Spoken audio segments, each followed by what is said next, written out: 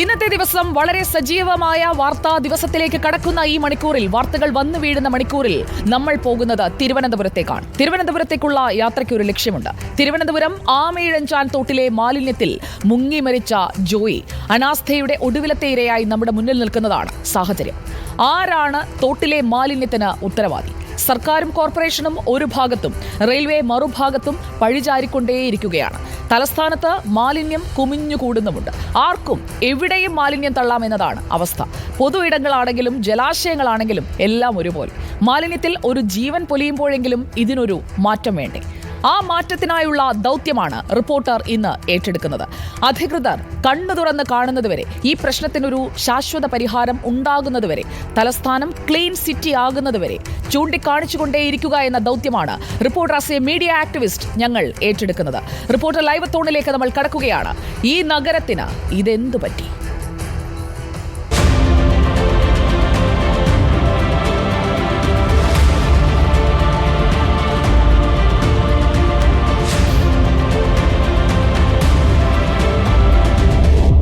നഗരത്തിന് ഇതെന്തു പറ്റി?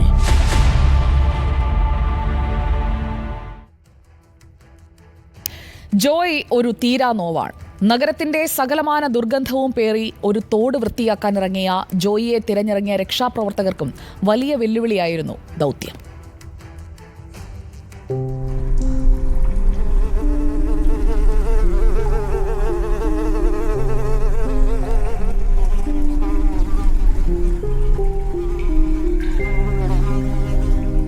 തൻകാര്യം മാത്രമെന്ന മനുഷ്യചിന്തയിൽ കുമിഞ്ഞുകൂടിയതാണ് ഈ മാലിന്യം.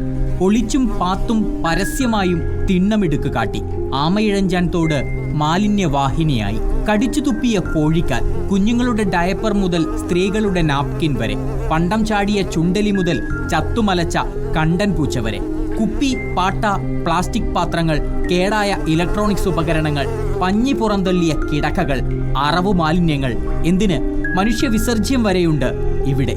സർവവും സഹിച്ച് സർവവും വഹിച്ച് ഒഴുക്ക് നിലച്ച് മെലിയുമ്പോഴും ക്യാൻസർ കണക്കെ മാലിന്യങ്ങൾ പടരുന്നു.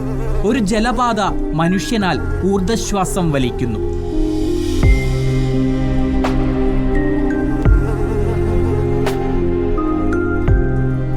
പഞ്ചാരമണലും കണ്ണാടി വെള്ളവും ഗതകാല സ്മരണയാണ്. ആ തെളിമ ഇന്നില്ല. നീരിന് കുഴമ്പ് രൂപമാണ്. ഇരുണ്ടിരുണ്ട് പരന്നൊഴുകുകയാണ് തോട്. ഭരണപ്രതിപക്ഷം പരസ്പരം മാലിന്യം വലിച്ചെറിയും. കുറ്റപ്പെടുത്തലുകളും സമരങ്ങളും ഏറെ കണ്ടു. പക്ഷേ മാലിന്യം പിന്നെയും പിന്നെയും കുന്നുകൂടി. കൂമ്പാരത്തിന് വീണ്ടും വീണ്ടും വലിപ്പമേറി. അനാസ്ഥയുടെ, അവഗണനയുടെ, അനങ്ങാപ്പാറ നയത്തിന്റെ ജീവനെടുക്കുന്ന സ്മാരകം.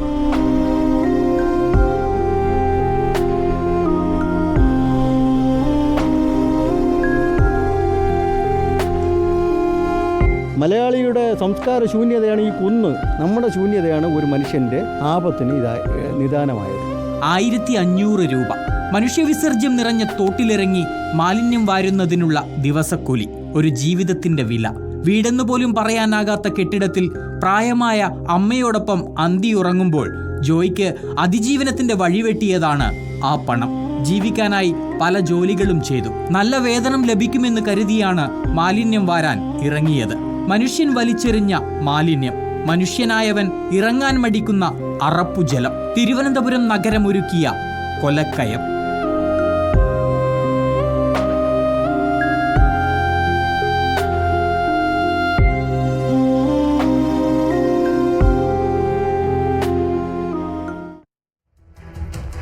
തലസ്ഥാനത്തെ മാലിന്യ നീക്കം കാര്യക്ഷമമല്ല എന്ന പല കുറി അവിടെയുള്ള ജനങ്ങൾ, ജനപ്രതിനിധികൾ ഒക്കെ ചൂണ്ടിക്കാണിച്ചിട്ടും കൃത്യമായ ഒരു പരിഹാരത്തിലേക്ക് എത്താതെ ഇഴച്ചു കൊണ്ടുപോയതിന്റെ ഇരയായി മാറിയതാണ് ജോയി എന്നുള്ളതാണ് വസ്തുത.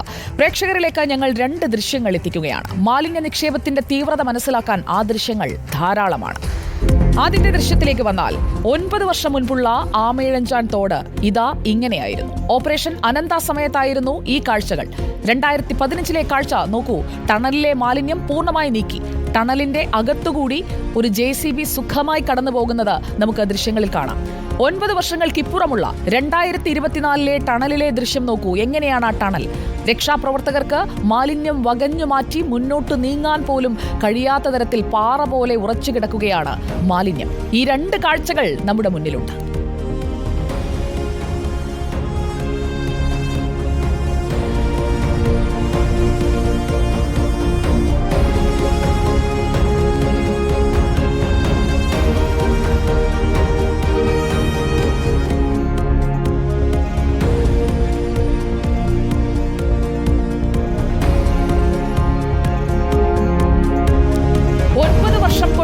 എന്താണ് തിരുവനന്തപുരത്തെ മാലിന്യ നീക്കത്തിന് സംഭവിച്ചത് എന്ന് മനസ്സിലാക്കാൻ ഈ ഒറ്റ ദൃശ്യം മതി. 2015-ലെയും 2024-ലെയും താരതമ്യം നമ്മുടെ മുന്നിലേക്ക് എത്തുമ്പോൾ ഒരു കാര്യം വ്യക്തമാണ്. മാലിന്യം നീക്കാൻ അറിയാഞ്ഞിട്ടൊന്നുമല്ല. നഗരത്തിന് നടുവിലൂടെ ഒഴുകുന്ന തിരുവനന്തപുരത്തിന്റെ മുഴുവൻ മാലിന്യവും പേറുന്ന ആമയിഴഞ്ചാൻ തോട്, അത് സമയബന്ധിതമായി വൃത്തിയാക്കേണ്ട ചുമതലയിൽ നിന്ന് പിന്നോട്ട് പോയതാരാണ്? ഈ ചോദ്യത്തിന് അധികൃതർ ഉത്തരം പറഞ്ഞേ മതിയാകും. ആവർത്തിച്ച് നമ്മളത് ചോദിച്ചുകൊണ്ടേയിരിക്കും. തിരുവനന്തപുരത്തെ ആമയിഴഞ്ചാൻ തോട്, പാർവതി പുത്തനാർ, നഗരത്തിലെ മാലിന്യ നിക്ഷേപ കേന്ദ്രം എന്ന് വേണം ഇവയെ രണ്ടിനെയും വിളിക്കാൻ. പ്ലാസ്റ്റിക് മുതൽ മനുഷ്യ വിസർജ്യം വരെ ഈ ജലസ്രോതസ്സുകളിലേക്ക് നിക്ഷേപിക്കുകയാണ്. ആർക്കും ഒരു കൂസലുമില്ല. കൃത്യമായ പരിശോധനയോ നിരീക്ഷണമോ ഒന്നുമില്ലാത്തതുകൊണ്ട് ആർക്കും എളുപ്പത്തിൽ മാലിന്യം തോട്ടിലേക്ക് നിക്ഷേപിച്ചിട്ട് കടന്നു കളയാനും കഴിയും.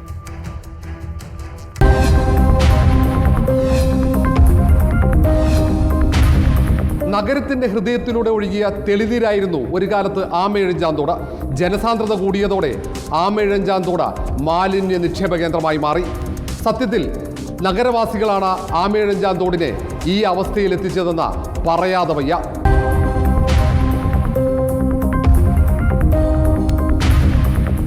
പ്ലാസ്റ്റിക് മുതൽ അറവ് മാലിന്യം വരെ ചാക്കിൽ കെട്ടിയാണ് ആമയിഴഞ്ചാനിലേക്ക് തള്ളുന്നത്.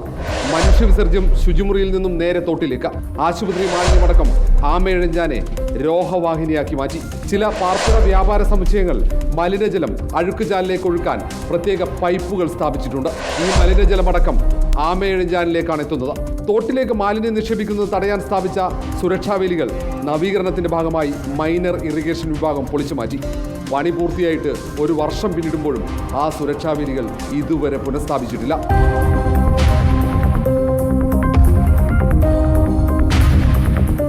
Reporter R Rishipal, in reporter, Thiruvananthapuram. Amayizhanchan തോട് 12 കിലോമീറ്റർ ദൂരത്തിൽ മാലിന്യവാഹിയായി ഇങ്ങനെ കിടക്കുകയാണ്. അവിടേക്ക് ആ നേർക്കാഴ്ച അധികൃതർ കണ്ടില്ലെങ്കിൽ ഒന്ന് കാട്ടിക്കൊടുക്കാനാണ് റിപ്പോർട്ടറിന്റെ ഇന്നത്തെ ലൈവ് തോൺ. നമ്മുടെ വാർത്താ സംഘം തയ്യാറാണ്. T V Prasad, R Sreejith, Roshipal, Rinu Sreedhar, Ashin Diego എന്നിവരാണ് റിപ്പോർട്ടർ ലൈവ് തോണിന്റെ ഭാഗമായി ആമയിഴഞ്ചാൻ തോട് ഇന്ന് നേരിടുന്ന ദുരവസ്ഥ എന്ത് എന്നുള്ളതും അവിടെ ഇനിയും പരിഹരിക്കേണ്ട പ്രശ്നങ്ങളിൽ പ്രധാനപ്പെട്ടവ ഏതൊക്കെയെന്നും വ്യക്തമാക്കാനായി നമുക്കൊപ്പം ചേർന്നിരിക്കുന്നത് ഗുഡ് മോർണിംഗ് ടീം. നമുക്ക് ആർ ശ്രീജിത്തിൽ നിന്ന് തന്നെ തുടങ്ങാം. ആർ ശ്രീജിത്ത്, ആമയിഴഞ്ചാൻ തോട്ടിൽ ശ്രീജിത്ത് ഇപ്പോൾ നിൽക്കുന്ന ഇടത്താണ് ഇപ്പോൾ ഏറ്റവും കൂടുതൽ മാലിന്യം തള്ളിയിരിക്കുന്നത് എന്നാണ് ഞാൻ മനസ്സിലാക്കുന്നത്. ആമയിഴഞ്ചാൻ തോട്ടിലേക്കൊന്ന് തിരിഞ്ഞു നോക്കുമ്പോൾ ശ്രീജിത്തിന് കാണാൻ കഴിയുന്ന കാഴ്ച എന്താണ്? ഈ കാഴ്ച എത്ര വർഷമായി ഇതേ രീതിയിൽ അവിടെയുണ്ട്? ശ്രീജിത്ത് തിരുവനന്തപുരത്ത് തന്നെ കുറേ കാലമായുള്ള ആൾ എന്ന നിലയിൽ ഇത് പരിചിതമായിരിക്കുമല്ലോ ഈ കാഴ്ച. തുജിയ, റെയിൽവേ സ്റ്റേഷനിൽ ഈ ജോയി കുടുങ്ങിയ ആമയിഴഞ്ചാൻ തോടിൻ്റെ ഭാഗം വന്നു ചേരുന്ന പഴവങ്ങാടി ഗണപതി ക്ഷേത്രത്തിന് അടുത്തുള്ള ആ ഭാഗത്താണ് ഞാനിപ്പോൾ നിൽക്കുന്നത്. കൃത്യമായി പറഞ്ഞാൽ അവിടെ ജോസ്കോ ജ്വല്ലറിയുടെ പിറകിലൂടെയാണ് ഈ തോട് ഒഴുകി വഞ്ചൂർ ഭാഗത്തേക്ക് പോകുന്നത്. റവന്യൂ രേഖകളിൽ ഈ തോടിന് ഇവിടങ്ങളിൽ പേര് പഴവങ്ങാടി തോട് എന്നാണ് ഉള്ളത്. ഈ പഴവങ്ങാടി തോടിൽ ഇപ്പോൾ നമുക്ക് പുറമേക്ക് മാലിന്യം കാണുന്നില്ല. എന്നാൽ ഈ മാലിന്യത്തിൻ്റെ, ഈ തോടിൻ്റെ, ഈ വെള്ളത്തിൻ്റെ ഒരടി താഴെ വളരെ കട്ടിയായി മാലിന്യങ്ങൾ കിടക്കുകയാണ്. ഒഴുക്ക് വെള്ളത്തിൽ ഒഴുകിപ്പോകാവുന്ന കുപ്പികളും മറ്റ് കവറുകളും മാത്രമാണ് ഈ ഘട്ടത്തിൽ ഒഴുകിപ്പോയിട്ടുള്ളത്. ബാക്കിയുള്ള മാലിന്യങ്ങളെല്ലാം അതേപടി ഈ തോട്ടിൽ കിടക്കുന്നു. ഈ വെള്ളത്തിൻ്റെ നിറം കണ്ടാൽ അറിയാം, കറുത്ത വെള്ളമാണ്. ഇപ്പോൾ ഈ മഴ പെയ്ത് കുറച്ച് ഒഴുക്കുള്ളത് കൊണ്ടാണ് ഇത്രയെങ്കിലും നേർത്ത കറുത്ത കളറുള്ളത്. അല്ലെങ്കിൽ തീർത്തും മലിനമായ വളരെ കരിയോയിലിൻ്റെ നിറമുള്ള ഒരു കറുപ്പ് ജലമായിരുന്നു വരുന്നത്. ഇപ്പോൾ നമുക്ക് അവിടെ കാണാം, ആ പഴവങ്ങാടി ക്ഷേത്രത്തിൻ്റെ ഇടതുഭാഗത്ത്, ക്ഷേത്രത്തിൻ്റെ ദർശനം കിഴക്കോട്ടാണ്, അവിടുത്തെ ഇടതുഭാഗത്ത് വടക്ക് ദിക്കിൽ കൾവറ്റുകൾക്കടിയിലൂടെയാണ് ഈ തോട് ഒഴുകി വരുന്നത്. അവിടെ മാലിന്യം ഒരു തിട്ടയായി കിടപ്പുണ്ട്. അതിന് താഴെ ഈ വെള്ളത്തിന് താഴെ ഏതാണ്ട് ഒരടി താഴെ വീണ്ടും മാലിന്യങ്ങൾ കിടക്കുകയാണ്.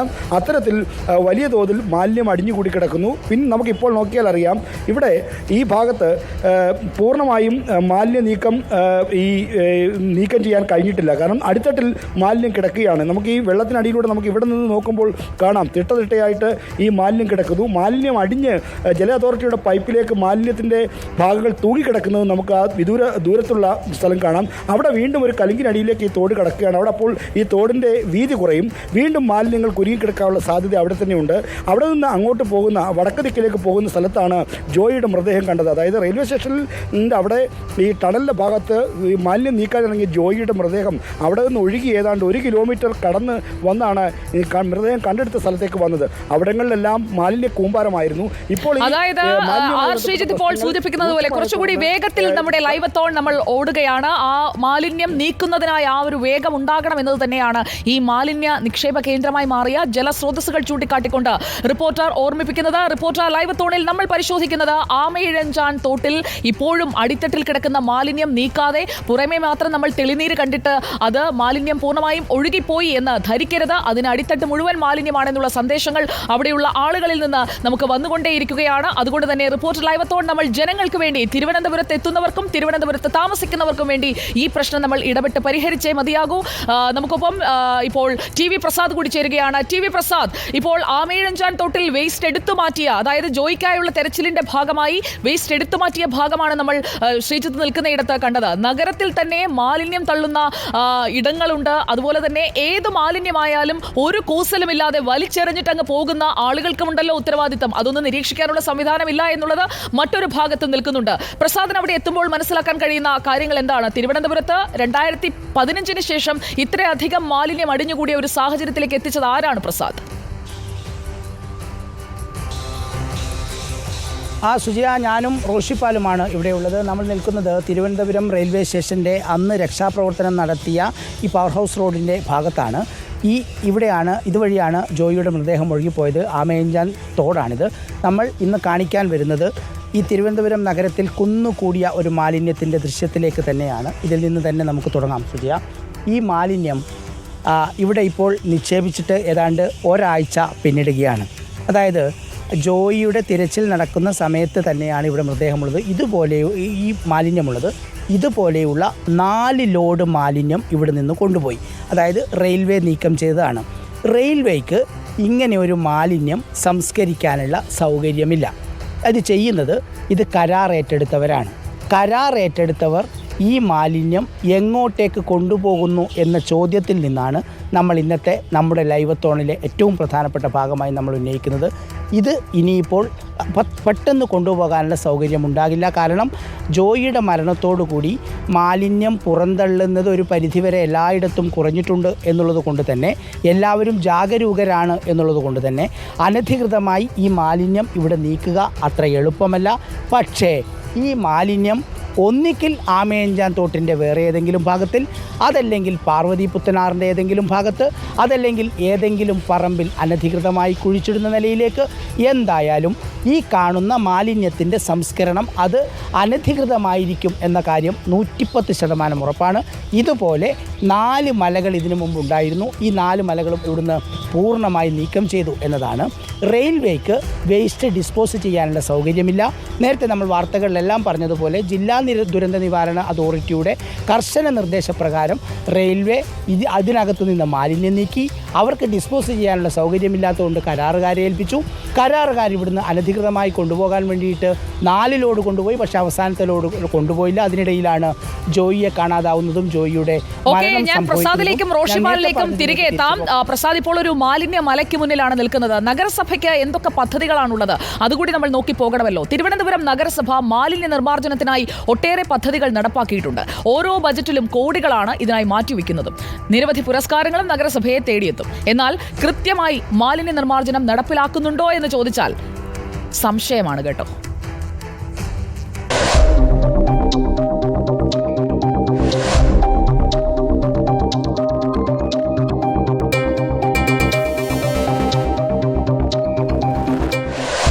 മലിനീകരണ മാലിന്യ സംസ്കരണ സംവിധാനമാണ് തിരുവനന്തപുരം നഗരസഭയുടേത്. ജൈവമാലിന്യങ്ങൾ ഉറവിടത്തിൽ തന്നെ സംസ്കരിക്കണം. അജൈവ മാലിന്യങ്ങൾ ഹരിതകർമ്മസേന ശേഖരിക്കും. 1500ഓളം സേനാംഗങ്ങളാണ് ഇതിനായുള്ളത്. മാലിന്യ സംസ്കരണത്തിനായി ഒരു സർക്കാർ ഏജൻസിയും 2 സ്വകാര്യ ഏജൻസികളുമുണ്ട്. തുമ്പൂർ മൊഴി, കിച്ചൺ ബിൻ എന്നിവ മറ്റു പദ്ധതികൾ. സെപ്റ്റേജ് മാലിന്യം അടക്കമുള്ളവ ജലാശയങ്ങളിലേക്ക് ഒഴുകരുത് എന്നതാണ് നമ്മുടെ ആവശ്യം. ഒഴുകുന്നേ ഇല്ലേ എന്ന് ചോദിച്ചാൽ ഒഴുകുന്നുണ്ട്. നഗരസഭയുടെ പുതിയ പദ്ധതി ജലാശയങ്ങൾക്ക് അടുത്ത് താമസിക്കുന്ന വീടുകൾക്ക് നഗരസഭയുടെ ചിലവിൽ സെപ്റ്റിക് ടാങ്ക് പണിത് കൊടുക്കും. ആ സെപ്റ്റിക് ടാങ്ക് നിറയുന്ന മുറയ്ക്ക് നഗരസഭയിൽ തന്നെ ബുക്ക് ചെയ്താൽ അത് നമുക്ക് എടുക്കാം. നഗരസഭയ്ക്ക് സ്വന്തമായി മുട്ടത്തറ സീവേജ് ട്രീറ്റ്മെൻറ്റ് പ്ലാന്റ് ഉണ്ട്. അങ്ങനെ ട്രീറ്റ്മെൻറ്റ് പ്ലാന്റ് സ്വന്തമായുള്ള നഗരസഭ വളരെ കുറവാണ് നമ്മൾ കാണുന്ന രാജ്യത്ത് തന്നെ. മാലിന്യ സംസ്കരണത്തിനായി നഗരസഭ 18 അടവും പയറ്റുമ്പോഴും കുന്നുകുഴി വാർഡിലെ അറവ് മാലിന്യ സംസ്കരണ യൂണിറ്റിന്റെ നിർമ്മാണം ഇഴഞ്ഞു നീങ്ങുകയാണ്. നഗരത്തിന്റെ വിവിധ ഭാഗങ്ങളിലുള്ള തുമ്പൂർ മൊഴി പ്ലാന്റുകളിൽ പലതും തകർന്നു. കിച്ചൺ ബിൻ യൂണിറ്റുകളുടെ വിതരണത്തിൽ നേരത്തെ തന്നെ അഴിമതി ആരോപണം ഉയർന്നിരുന്നു. ഇവർ അവകാശപ്പെടുന്നത് പോലെ മാലിന്യം പുറത്തേക്ക് കൊടുക്കുന്നു, അല്ലെങ്കിൽ ഏജൻസിയെ വെച്ച് എടുക്കുന്നു എന്ന് പറയുന്നത് അക്ഷരാർത്ഥത്തിൽ അവർ പാർട്ടി ചുമതലപ്പെടുത്തിയ ചില ഏജൻസികൾ വന്ന് അത് കളക്ട് ചെയ്ത് കൊണ്ടുപോയിട്ട് ഇതേ ആമയിഴഞ്ചാൻ തോടിൽ വീണ്ടും ചാക്ക് കണക്കിന് കെട്ടി എറിയുന്ന കാഴ്ചയാണ് നഗരവാസികൾ കാണുന്നത്. മാലിന്യ നിർമ്മാർജ്ജനത്തിന് കോടികൾ മുടക്കി പല പദ്ധതികൾ നഗരസഭ നടപ്പിലാക്കിയിട്ടും എവിടെ നിന്നാണ് നഗരപരിധിയിൽ ഇങ്ങനെ മാലിന്യം ഒഴുകുന്നുവെന്നാണ് ഉയരുന്ന ചോദ്യം.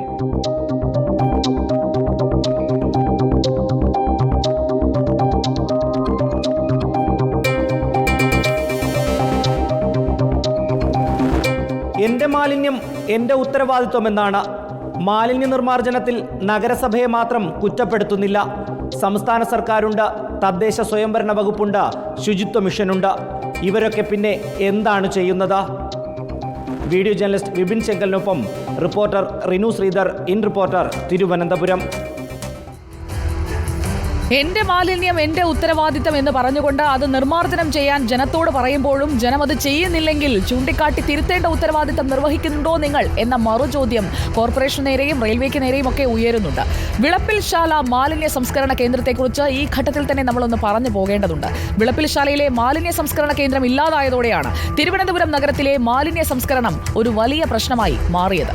നഗരമാലിന്യം മുഴുവൻ നിക്ഷേപിക്കുന്നതിനെതിരെ നാട്ടുകാർ രംഗത്തിറങ്ങിയതോടെയാണ് വിളപ്പിൽശാല സംസ്കരണ കേന്ദ്രം പൂട്ടിയത്. പിന്നീട് നഗരത്തിലെ തന്നെ 3 സ്ഥലങ്ങളിൽ മാലിന്യ സംസ്കരണം തുടങ്ങി. പക്ഷേ ഫലമുണ്ടായില്ല. Pipe compost, kitchen bin, Thumboormuzhi model, അങ്ങനെ ഉറവിട മാലിന്യ സംസ്കരണത്തിന് പല പദ്ധതികൾ വന്നു. പക്ഷേ ഇപ്പോൾ അതിൽ 10% പോലും പ്രവർത്തനക്ഷമമല്ല.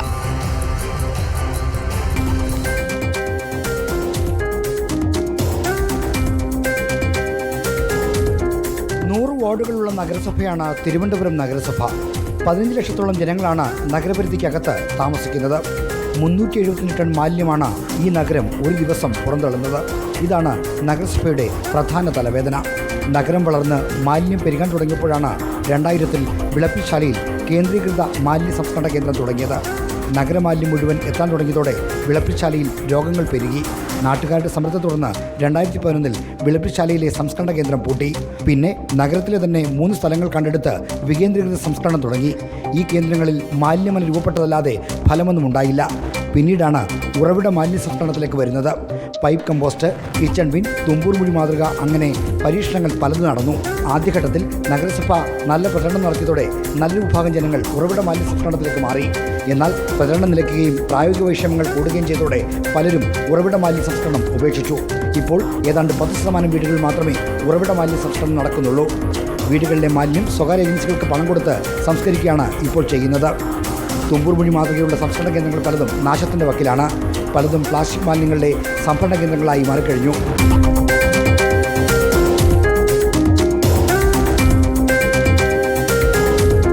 നഗരത്തിലെ ഹോട്ടലുകളിൽ നിന്നും വീടുകളിൽ സംഭരിക്കുന്ന മാലിന്യങ്ങൾ പന്നിഫാമിലേക്കെന്ന് പറഞ്ഞാണ് സ്വകാര്യ ഏജൻസികൾ കൊണ്ടുപോകുന്നത്. ഇത്രയും മാലിന്യം സ്വീകരിക്കാൻ കഴിയുന്നത്ര പന്നിഫാമുകൾ നഗരപ്രാന്തങ്ങളിലുണ്ടോ എന്ന് സംശയമാണ്. പന്നിഫാമുകൾ ഉള്ളിടത്തൊക്കെ തന്നെ പ്രാദേശികമായ എതിർപ്പും ഇപ്പോൾ ശക്തമാകുന്നു. ഈ മാലിന്യ നീക്കം കൂടി നിലച്ചാൽ നഗരത്തിലെ മാലിന്യ സംസ്കരണം വീണ്ടും പ്രതിസന്ധിയിലാകും. Reporter R Sreejith, reporter, Thiruvananthapuram.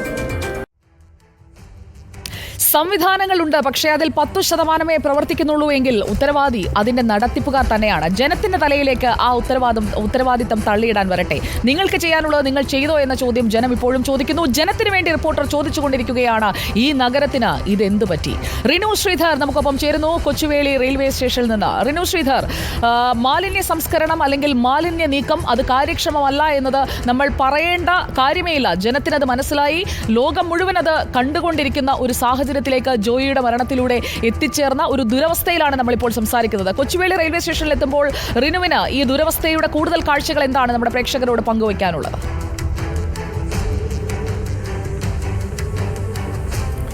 Sujaya, റെയിൽവേയുടെ കോമ്പൗണ്ടിലെ ടണലിലാണ് മാലിന്യം നീക്കുന്നതിനിടയിൽ ജോയി അകപ്പെട്ടത്.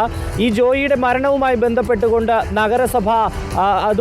നഗരസഭയും സംസ്ഥാന സർക്കാരും റെയിൽവേയും കേന്ദ്ര സർക്കാരിനെയും കുറ്റപ്പെടുത്തുന്നു. റെയിൽവേയും കേന്ദ്ര പ്രതിനിധികളും സംസ്ഥാന സർക്കാരിനെയും മേയറെയും കുറ്റപ്പെടുത്തുന്നു. പരസ്പരം പഴിചാരുന്നതല്ലാതെ യാതൊരുവിധ നടപടികളും കൈക്കൊള്ളുന്നില്ല എന്നുള്ളതാണ്. ഞാനിപ്പോൾ നിൽക്കുന്നത് തിരുവനന്തപുരത്തെ കൊച്ചുവേളി റെയിൽവേ സ്റ്റേഷനിലാണ്. റെയിൽവേ സ്റ്റേഷന് ഉള്ളിലേക്ക് നമുക്ക് കടക്കാൻ കഴിയില്ലെങ്കിൽ പോലും പുറത്തു നിന്നുള്ള ദൃശ്യങ്ങൾ ഞങ്ങൾ കാട്ടിത്തരാം. ഏകദേശം ടൺ കണക്കിന് മാലിന്യങ്ങളാണ് ഇവിടെ കുന്നുകൂടി കിടക്കുന്നത്. കഴിഞ്ഞ ദിവസങ്ങളിലൊക്കെ തന്നെ വലിയ രീതിയിൽ ഇത് വാർത്തയായി വന്നതിൻ്റെ അടിസ്ഥാനത്തിൽ ഇന്നലെ വൈകുന്നേരത്തോടു കൂടി റെയിൽവേ അധികൃതർ ഈ മാലിന്യം ഇവിടെ നീക്കുന്നതിന് പകരം കുറച്ച് ടാർപോളിൻ ഷീറ്റുകൾ വിരിച്ച് അതിനെ പുറത്തു നിന്ന് കാണാത്ത രീതിയിലേക്ക് മറച്ചു വെച്ചിരിക്കുന്ന ഒരു കാഴ്ചയാണ് നമുക്ക് കാണാൻ വേണ്ടി കഴിയുന്നത്. തിരുവനന്തപുരം ഉൾപ്പെടെയുള്ള റെയിൽവേ സ്റ്റേഷനുകളിൽ, കേരളത്തിലെ റെയിൽവേ സ്റ്റേഷനുകളിൽ ഒരു സ്ഥലത്തും മാലിന്യ നിർമ്മാർജ്ജനത്തിന് വേണ്ടിയിട്ടുള്ള സംഭരണികൾ ഒന്നും തന്നെ ഇല്ല എന്നുള്ളത് നമുക്കറിയാവുന്ന കാര്യമാണ്. അത്തരം ഒരു സംഭരണി ഒന്നും തന്നെ ഇല്ലാത്ത സാഹചര്യത്തിൽ ഈ മാലിന്യങ്ങൾ എങ്ങോട്ട് പോകുന്നു എന്നുള്ളതാണ് ഏറ്റവും സംശയം. നമുക്ക് കാണാൻ കഴിയും, ഇങ്ങനെയാണ് മാലിന്യങ്ങൾ സംസ്കരിക്കുന്നത് എന്നുള്ളത്. റെയിൽവേ സ്റ്റേഷന് തൊട്ടിപ്പുറവുമായി റെയിൽവേ കടന്നു പോകുന്ന റെയിൽവേ പാളത്തിന് സമീപമായി കുന്നുകൂടി കിടക്കുന്ന മാലിന്യ കൂമ്പാരങ്ങളുടെ ദൃശ്യങ്ങളാണ് കാണുന്നത്. നഗരസഭയെ മാത്രം ഞങ്ങൾ കുറ്റപ്പെടുത്തുന്നില്ല, സംസ്ഥാന സർക്കാരിനെയോ കേന്ദ്ര സർക്കാരിനെയോ കുറ്റപ്പെടുത്തുന്നില്ല. എൻ്റെ മാലിന്യമാണ് എൻ്റെ ഉത്തരവാദിത്തം, എൻ്റെ മാലിന്യം എൻ്റെ ഉത്തരവാദിത്തം എന്നുള്ളതാണ്. അവരവർ തന്നെ അവരുടെ മാലിന്യം ഇല്ലാതാക്കാൻ വേണ്ടിയിട്ടുള്ള ഒരു ഇടപെടൽ നടത്തേണ്ടതാണ്. പക്ഷേ അതിനു പകരം ഈ മാലിന്യങ്ങൾ കുന്നുകൂട്ടിയിടുന്നത് എന്തിനു വേണ്ടി എന്നുള്ളതാണ്. കൃത്യമായി ഇത് സംസ്കരിക്കുന്നതിന് വേണ്ടിയിട്ടുള്ള സജ്ജീകരണങ്ങളോ തയ്യാറെടുപ്പുകളോ ഒരു അധികൃതരുടെ ഭാഗത്തു നിന്നും ഉണ്ടാകുന്നില്ല എന്നുള്ളത്. മഴക്കാലമാണ്, വലിയ രോഗങ്ങൾ പടർന്നു പിടിക്കാൻ സാധ്യതയുണ്ട്. തിരുവനന്തപുരത്ത് ഉൾപ്പെടെ കോളറ നിരവധി പേർക്ക് സ്ഥിരീകരിച്ചിരിക്കുന്ന സാഹചര്യം, എലിപ്പനിയും അതുപോലെ തന്നെ നിരവധി പകർച്ചവ്യാധികൾ പടർന്നിരിക്കുന്ന സാഹചര്യത്തിലും ഇത്തരം മാലിന്യങ്ങൾ മാറ്റുന്നതിന് വേണ്ടിയിട്ടുള്ള ഒരു ഇടപെടൽ അധികൃതരുടെ ഭാഗത്തു നിന്നുണ്ടാകുന്നില്ല എന്നുള്ളതാണ്. തിരുവനന്തപുരം നഗരസഭാ പരിധിയിൽ നേരത്തെ നമ്മൾ ചൂണ്ടിക്കാട്ടിയതുപോലെ വിവിധ പദ്ധതികളുണ്ട് നഗരസഭയ്ക്ക് ഈ മാലിന്യങ്ങൾ നിർമ്മാർജ്ജനം ചെയ്യുന്നതിന് വേണ്ടി. പക്ഷേ അത്തരം പദ്ധതികൾ ഓരോ ബജറ്റിലും കോടികൾ മുടക്കി നടപ്പിലാക്കുമ്പോൾ അത് നടപ്പിലാകുന്നുണ്ടോ എന്നുള്ളതാണ് ഏറ്റവും സംശയാസ്പദമായിട്ടുള്ളൊരു കാര്യം. ഇപ്പോൾ ഞാൻ നിന്ന റെയിൽവേ സ്റ്റേഷൻ്റെയും കാര്യം ഇതേ സാഹചര്യം തന്നെയാണ്. എന്തായാലും മാലിന്യങ്ങൾ യഥാസമയം നീക്കം ചെയ്തില്ലെങ്കിൽ മനുഷ്യർക്ക് അത് വലിയ രീതിയിലുള്ള ആപത്തുണ്ടാക്കുമെന്നുള്ളതിൽ യാതൊരുവിധ സംശയവും ഇല്ല. സുജയ. ഓക്കെ, റിനു ശ്രീധറാണ് വിവരങ്ങൾ നൽകിക്കൊണ്ടിരിക്കുന്നത്. നമുക്കൊപ്പം നമ്മുടെ മറ്റ് പ്രതിനിധികളും ചേരുകയാണ്. നമുക്ക് അഷിൻ ഡിയാഗോയിലേക്ക് ഒന്ന് പോകാം. അഷിൻ ഡിയാഗോ ഇപ്പോൾ നിൽക്കുന്നത് മാലിന്യം കോരാനിറങ്ങി ജീവൻ ആ മാലിന്യത്തിനിടയിൽ നഷ്ടപ്പെട്ട ജോയിയുടെ മൃതദേഹം കിട്ടിയ ആമയിഴഞ്ചാൻ തോട്ടിലെ ഭാഗത്താണ് അഷിൻ നിൽക്കുന്നത്. അഷിൻ, ജോയിക്കായുള്ള തെരച്ചിൽ റെയിൽവേ പ്ലാറ്റ്ഫോമിന് താഴെയും ടണലിനുള്ളിലും ഒക്കെ നടത്തുമ്പോൾ ജോയിയുടെ മൃതദേഹം ആ മാലിന്യ നീക്കത്തിനൊപ്പം മറ്റൊരിടത്തേക്ക് ഒഴുകിയെത്തുകയായിരുന്നു. അവിടേക്ക് അഷിൻ എത്തുമ്പോൾ കാണാൻ കഴിയുന്ന കാഴ്ച എന്താണ്? മുൻപ് അവിടെ ഉണ്ടായിരുന്ന മാലിന്യം എത്രയാണ് എന്നുള്ളത് തെരച്ചിലിന്റെ വേളയിൽ, ജോയിയുടെ മൃതദേഹം എടുക്കുന്ന വേളയിൽ നമ്മൾ കണ്ടതാണ്. ആ ദൃശ്യങ്ങളിൽ നിന്ന് എന്ത് മാറ്റം ഉണ്ടായിട്ടുണ്ട് ആമയിഴഞ്ചാൻ തോട്ടിലെ ഇപ്പോൾ അഷിൻ നിൽക്കുന്ന ഭാഗത്തിന്?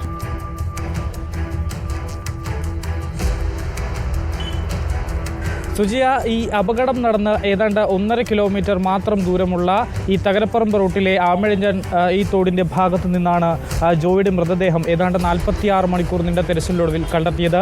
ആ കാണുന്ന ആ 2 മനുഷ്യർ അവിടെ നിന്ന് ചവറുകൂരുന്ന ആ ഭാഗത്ത് ഈ സാരിക്കിടയിൽ, വസ്ത്രങ്ങൾക്കിടയിൽ, അവശിഷ്ടങ്ങൾക്കിടയിൽ പൊതിഞ്ഞ രീതിയിലായിരുന്നു ആ മൃതദേഹം കണ്ടെത്തിയത്. ഈ അവിടെ മുതൽ ഇതുവരെ ഒഴുകിയെത്തുന്ന ഒരു സാഹചര്യമായിരുന്നു. എന്നിട്ടും ആ മൃതദേഹം ആരും കാണാതെ പോയി എന്നുള്ളതാണ്. കാരണം അത്രയ്ക്ക് വേസ്റ്റായിരുന്നു, മാലിന്യം മാലിന്യമായിരുന്നു ഈ ഒരു ആമയിഴഞ്ചാൻ തോട്ടിൽ ഉണ്ടായിരുന്നത്. പക്ഷേ ഇപ്പോൾ അത് ഏതാണ്ട് പുറമെ നമ്മുടെ ആദ്യ കാഴ്ചയിൽ കാണാത്ത രീതിയിലുള്ള മാലിന്യങ്ങൾ ഇവിടെ നിന്നും മാറ്റിയിട്ടുണ്ട്. ഇതിൻ്റെ അടിത്തട്ടിൽ നമുക്ക് ദൃശ്യങ്ങളിൽ തന്നെ കാണാം, കറാന്നിരിക്കുന്ന വെള്ളമാണ്, ഏതാണ്ട് കരിയോയിൽ കണക്കുള്ള വെള്ളം. അതിൻ്റെ അടിത്തട്ടിൽ ഇനിയും മാലിന്യങ്ങളുണ്ട്, അതും നല്ല കട്ടിക്ക് മാലിന്യങ്ങളുണ്ട് എന്നുള്ളതാണ് ഏറ്റവും പ്രധാനപ്പെട്ട കാര്യം. നമ്മുടെ കണ്ണിന് കാണാൻ സാധിക്കാത്ത രീതിയിലുള്ള മാലിന്യങ്ങൾ എടുത്തു മാറ്റിയിട്ടുണ്ട് എന്ന് മാത്രമേ ഉള്ളൂ. ഇവിടെ നിന്നും ഏതാണ്ട് ദിവസവും മാലിന്യം നീക്കം ചെയ്യുന്നുണ്ട് എന്നാണ് നഗരസഭാ അധികൃതർ പറയുന്നത്. മാത്രമല്ല ലോഡ് കണക്കിന് മാലിന്യങ്ങളാണ് ഇവിടെ നിന്ന് എടുത്തു മാറ്റിയിട്ടുള്ളതും. ഈ ഒരു സംഭവത്തിന് ശേഷം ഇത്തരം ആരോപണങ്ങൾ ഉണ്ടാകാതിരിക്കാൻ വേണ്ടിയാണ് അവർ ഇപ്പോൾ ഈ കാണുന്ന രീതിയിൽ ഇത് മാറ്റിയിട്ടുള്ളത്. പക്ഷേ ഒന്ന് ശ്രദ്ധിച്ചു നോക്കൂ സുജിയ, ഇവിടെ നിന്ന് ആർക്കും എപ്പോൾ വേണമെങ്കിലും മാലിന്യങ്ങൾ ഇങ്ങോട്ട് വലിച്ചെറിയാൻ കഴിയുന്ന ഒരു സാഹചര്യം. കാരണം ഇവിടെ നേരത്തെ മൈനർ ഇറിഗേഷൻ വകുപ്പ് അടക്കം ഇവിടെ ഉണ്ടായിരുന്ന ഫെൻസിങ്, അതായത് കമ്പിവേലി അടക്കം മുറിച്ചു മാറ്റി നവീകരണത്തിൻ്റെ പേരിൽ അത് ഇതുവരെ തിരിച്ച് സ്ഥാപിച്ചിട്ടില്ല. മാത്രമല്ല ഈ പ്രദേശത്ത് എങ്ങും തന്നെ ഒരു CCTV ദൃശ്യങ്ങളോ അല്ലെങ്കിൽ CCTVയോ ഇത് തടയുന്നതിന് വേണ്ടിയിട്ടുള്ള ഒരു നടപടിയോ ഉണ്ടായിട്ടില്ല എന്നുള്ളതാണ്. ചേട്ടാ, ഇവിടെ എത്ര കാലമായി ഇങ്ങനെ മാലിന്യങ്ങൾ ഇങ്ങനെ ആളുകൾ എറിയാൻ തുടങ്ങിയിട്ട് എന്തൊക്കെയാണ് നിങ്ങളുടെ ബുദ്ധിമുട്ടുകൾ? മാലിന്യങ്ങൾ അപ്പോഴത്തെ കോർപ്പറേഷൻ നീക്കണുണ്ട്. മുമ്പൊരിക്കൽ ഒരു ബോഡി വന്ന് വിടുന്നത് അപ്പുറത്താണ്, അത് ഞാൻ തന്നെ എടുത്തത്. ആ ബോഡി മുമ്പും ഇത്തരത്തിൽ ബോഡി ഒഴുകി വന്നിട്ടുണ്ട്. അവിടെ നിന്ന് എവിടെ ഒന്ന് ഒഴുകി വരണതാണ് സംഭവം. അതെന്താണ് എങ്ങനെയാണെന്നുള്ള ഒരു പിടിപാടും ഇല്ല, അറിഞ്ഞൂടാ. ആരാണ് മാലിന്യം നിക്ഷേപിക്കുന്നത്, അങ്ങനെ എന്തെങ്കിലും അറിയോ? അറിഞ്ഞൂടാ, അതിനെക്കുറിച്ചൊന്നും അറിഞ്ഞൂടാ. ഈ കോർപ്പറേഷൻ അവർ നീക്കം ചെയ്യണമുണ്ട്, അന്നെന്നുള്ളത് ദിവസേന നീക്കം ചെയ്യണമുണ്ട്. അതിനും ഒരു പ്രോബ്ലം ഇല്ല. ഈ നമുക്കറിയാം ഈ തകരപ്പറമ്പ് എന്നുള്ളത് വ്യാപാര സ്ഥാപനങ്ങൾ നിറഞ്ഞിരിക്കുന്ന ഒരു ഭാഗമാണ്. നമ്മുടെ ഒരു പ്രേക്ഷകൻ തിരുവനന്തപുരത്തുകാരനാണ് എന്ന് തോന്നുന്നു. കൃത്യമായി നമ്മുടെ ഈ ലൈവത്തോണിനോട് റെസ്പോണ്ട് ചെയ്തുകൊണ്ട് ജിജിത്ത് അയക്കുന്ന സന്ദേശം, വേസ്റ്റ് ബിൻസ് നഗരത്തിലും മറ്റിടങ്ങളിലും വിപുലമായി സ്ഥാപിക്കാതെ ഈ പ്രശ്നം ഒരിക്കലും പരിഹരിക്കാൻ കഴിയില്ല. എത്ര ബോധവൽക്കരണ ക്യാമ്പ് നടത്തിയാലും കാര്യമില്ല. ഫ്രീ ആയി വേസ്റ്റ് ഇടാനുള്ള വേസ്റ്റ് ബിൻസ് വെക്കുക. അപ്പോൾ പ്ലാസ്റ്റിക് നിരോധിച്ച സംസ്ഥാനത്ത് പ്ലാസ്റ്റിക് എങ്ങനെ വന്നു എന്ന് ചോദിക്കുന്നു. റെയിൽവേ സ്റ്റേഷനിലെ മാലിന്യത്തിൽ മേയർ എന്ത് ചെയ്യാനാണ്? കൃത്യമായ മറുപടിയും ഒളിച്ചുകളിയും വെളിച്ചത്തുകൊണ്ട് വന്ന റിപ്പോർട്ടർ ചാനൽ അഭിനന്ദനങ്ങൾ എന്ന് പറഞ്ഞുകൊണ്ട് നമ്മുടെ പ്രേക്ഷകരും ഈ ലൈവത്തോണിന്റെ ഭാഗമായിക്കൊണ്ടിരിക്കുകയാണ്. അശ്വിൻ ഡിയാഗോയാണ് വിവരങ്ങളുമായി നമുക്കൊപ്പം ചേർന്നത്. നേരത്തെയും മൃതദേഹം ഒഴുകി വന്നതാണ് എന്ന് പറയുന്ന മൃതദേഹം എടുത്തു മാറ്റിയ ആളെയും നമ്മൾ ഈ ലൈവത്തോണിനിടെ കാണുകയാണ്.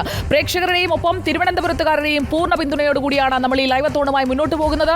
പ്രതിപക്ഷ നേതാക്കൾ, പ്രതിപക്ഷ സംഘടനകൾ ഒക്കെ എവിടെയാണ്? ഈ ഒരു പ്രശ്നത്തിൽ ഇടപെട്ട് ജനങ്ങളുടെ പ്രശ്നത്തിന് ഒരാളുടെ ജീവൻ പൊലിഞ്ഞിട്ട് എത്ര മണിക്കൂറുകൾ പിന്നിട്ട് കഴിഞ്ഞു. ഇനിയും നിങ്ങൾ ഇടപെടുന്നില്ലെങ്കിൽ റിപ്പോർട്ടർ മീഡിയ ആക്ടിവിസ്റ്റ് ഈ വിഷയത്തിൽ വളരെ സജീവമായി തന്നെ ഇതിനൊരു പരിഹാരം ഉണ്ടാകുന്നതുവരെ ഞങ്ങൾ ഇടപെട്ടുകൊണ്ടേയിരിക്കും എന്നുള്ളതാണ് റിപ്പോർട്ട് കേരളത്തിലെ ജനങ്ങൾക്ക് കൊടുക്കുന്ന ഉറപ്പ്. നമുക്ക് മറ്റൊരു കാഴ്ചയിലേക്ക് കൂടി പോകാം. കാണുന്ന സ്ഥലത്ത് നിന്ന് മാലിന്യമെടുത്ത് കാണാത്ത സ്ഥലത്ത് നിക്ഷേപിക്കുന്ന രീതിയാണ് തിരുവനന്തപുരം നഗരത്തിലെ ഗുരുതര പ്രശ്നം. പന്നി ഫാമുകളിലേക്ക് കൊണ്ടുപോകുന്ന മാലിന്യം പലപ്പോഴും നഗരത്തിന്റെ ഉൾനാടുകളിലെ ജലാശയങ്ങളിലെത്തി അവിടം മലിനമാക്കുന്നു. ഭക്ഷണാവശിഷ്ടം കഴിഞ്ഞുള്ള പ്ലാസ്റ്റിക് യഥേഷ്ടം കുഴിച്ചിടുന്നതും പതിവാണ്. അശാസ്ത്രീയ മാലിന്യ സംസ്കരണത്തിന്റെ ദൃശ്യങ്ങൾ റിപ്പോർട്ടർ പ്രേക്ഷകരിലേക്ക് പങ്കുവയ്ക്കുകയാണ്. ജലസ്രോതസ് മലിനമാക്കിയതിന് പലയിടങ്ങളിലും വാട്ടർ അതോറിറ്റി ഉദ്യോഗസ്ഥർ നേരിട്ട് പോലീസിൽ പരാതി നൽകിയിട്ടും ഒന്നും സംഭവിച്ചില്ല. തിരുവനന്തപുരം നഗരത്തിലെ ഹോട്ടലുകളിൽ നിന്നും ഫ്ളാറ്റുകളിൽ നിന്നുമെല്ലാം മാലിന്യമെടുക്കാൻ ചുമതലപ്പെടുത്തിയിരിക്കുന്നത് 29 സ്വകാര്യ ഏജൻസികളെയാണ്. ഈ മാലിന്യത്തിൽ ബഹുഭൂരിപക്ഷവും പോകുന്നത് പന്നി ഫാമുകളിലേക്ക് തന്നെ. എന്നാൽ പന്നി ഫാമുകളിലേക്ക് എത്തിക്കുന്ന മാലിന്യം എങ്ങനെയാണ് തിരുവനന്തപുരത്തിൻ്റെ ഉൾനാടുകളെ മലിനമാക്കുന്നു എന്ന് തെളിയിക്കുന്ന ദൃശ്യങ്ങളാണിത്. പന്നി ഫാമിൽ നിന്ന് പുറത്തേക്ക് ഭക്ഷണാവശിഷ്ടവും മറ്റു മാലിന്യവും കലർന്ന വെള്ളം താഴേക്കൊഴുകും. ചെറിയ ഓട വഴി ഒഴുകി വലിയ തോടുകളിലേക്കും പുഴകളിലേക്കും എത്തും. പന്നി ഫാമിലേക്ക് കൊണ്ടുപോകുന്ന ഭക്ഷണാവശിഷ്ടം കഴിഞ്ഞ് ബാക്കി വരുന്ന പ്ലാസ്റ്റിക് മാലിന്യം എന്തായിരിക്കും ചെയ്യുന്നുണ്ടാവുക? നമുക്ക് കാണാം.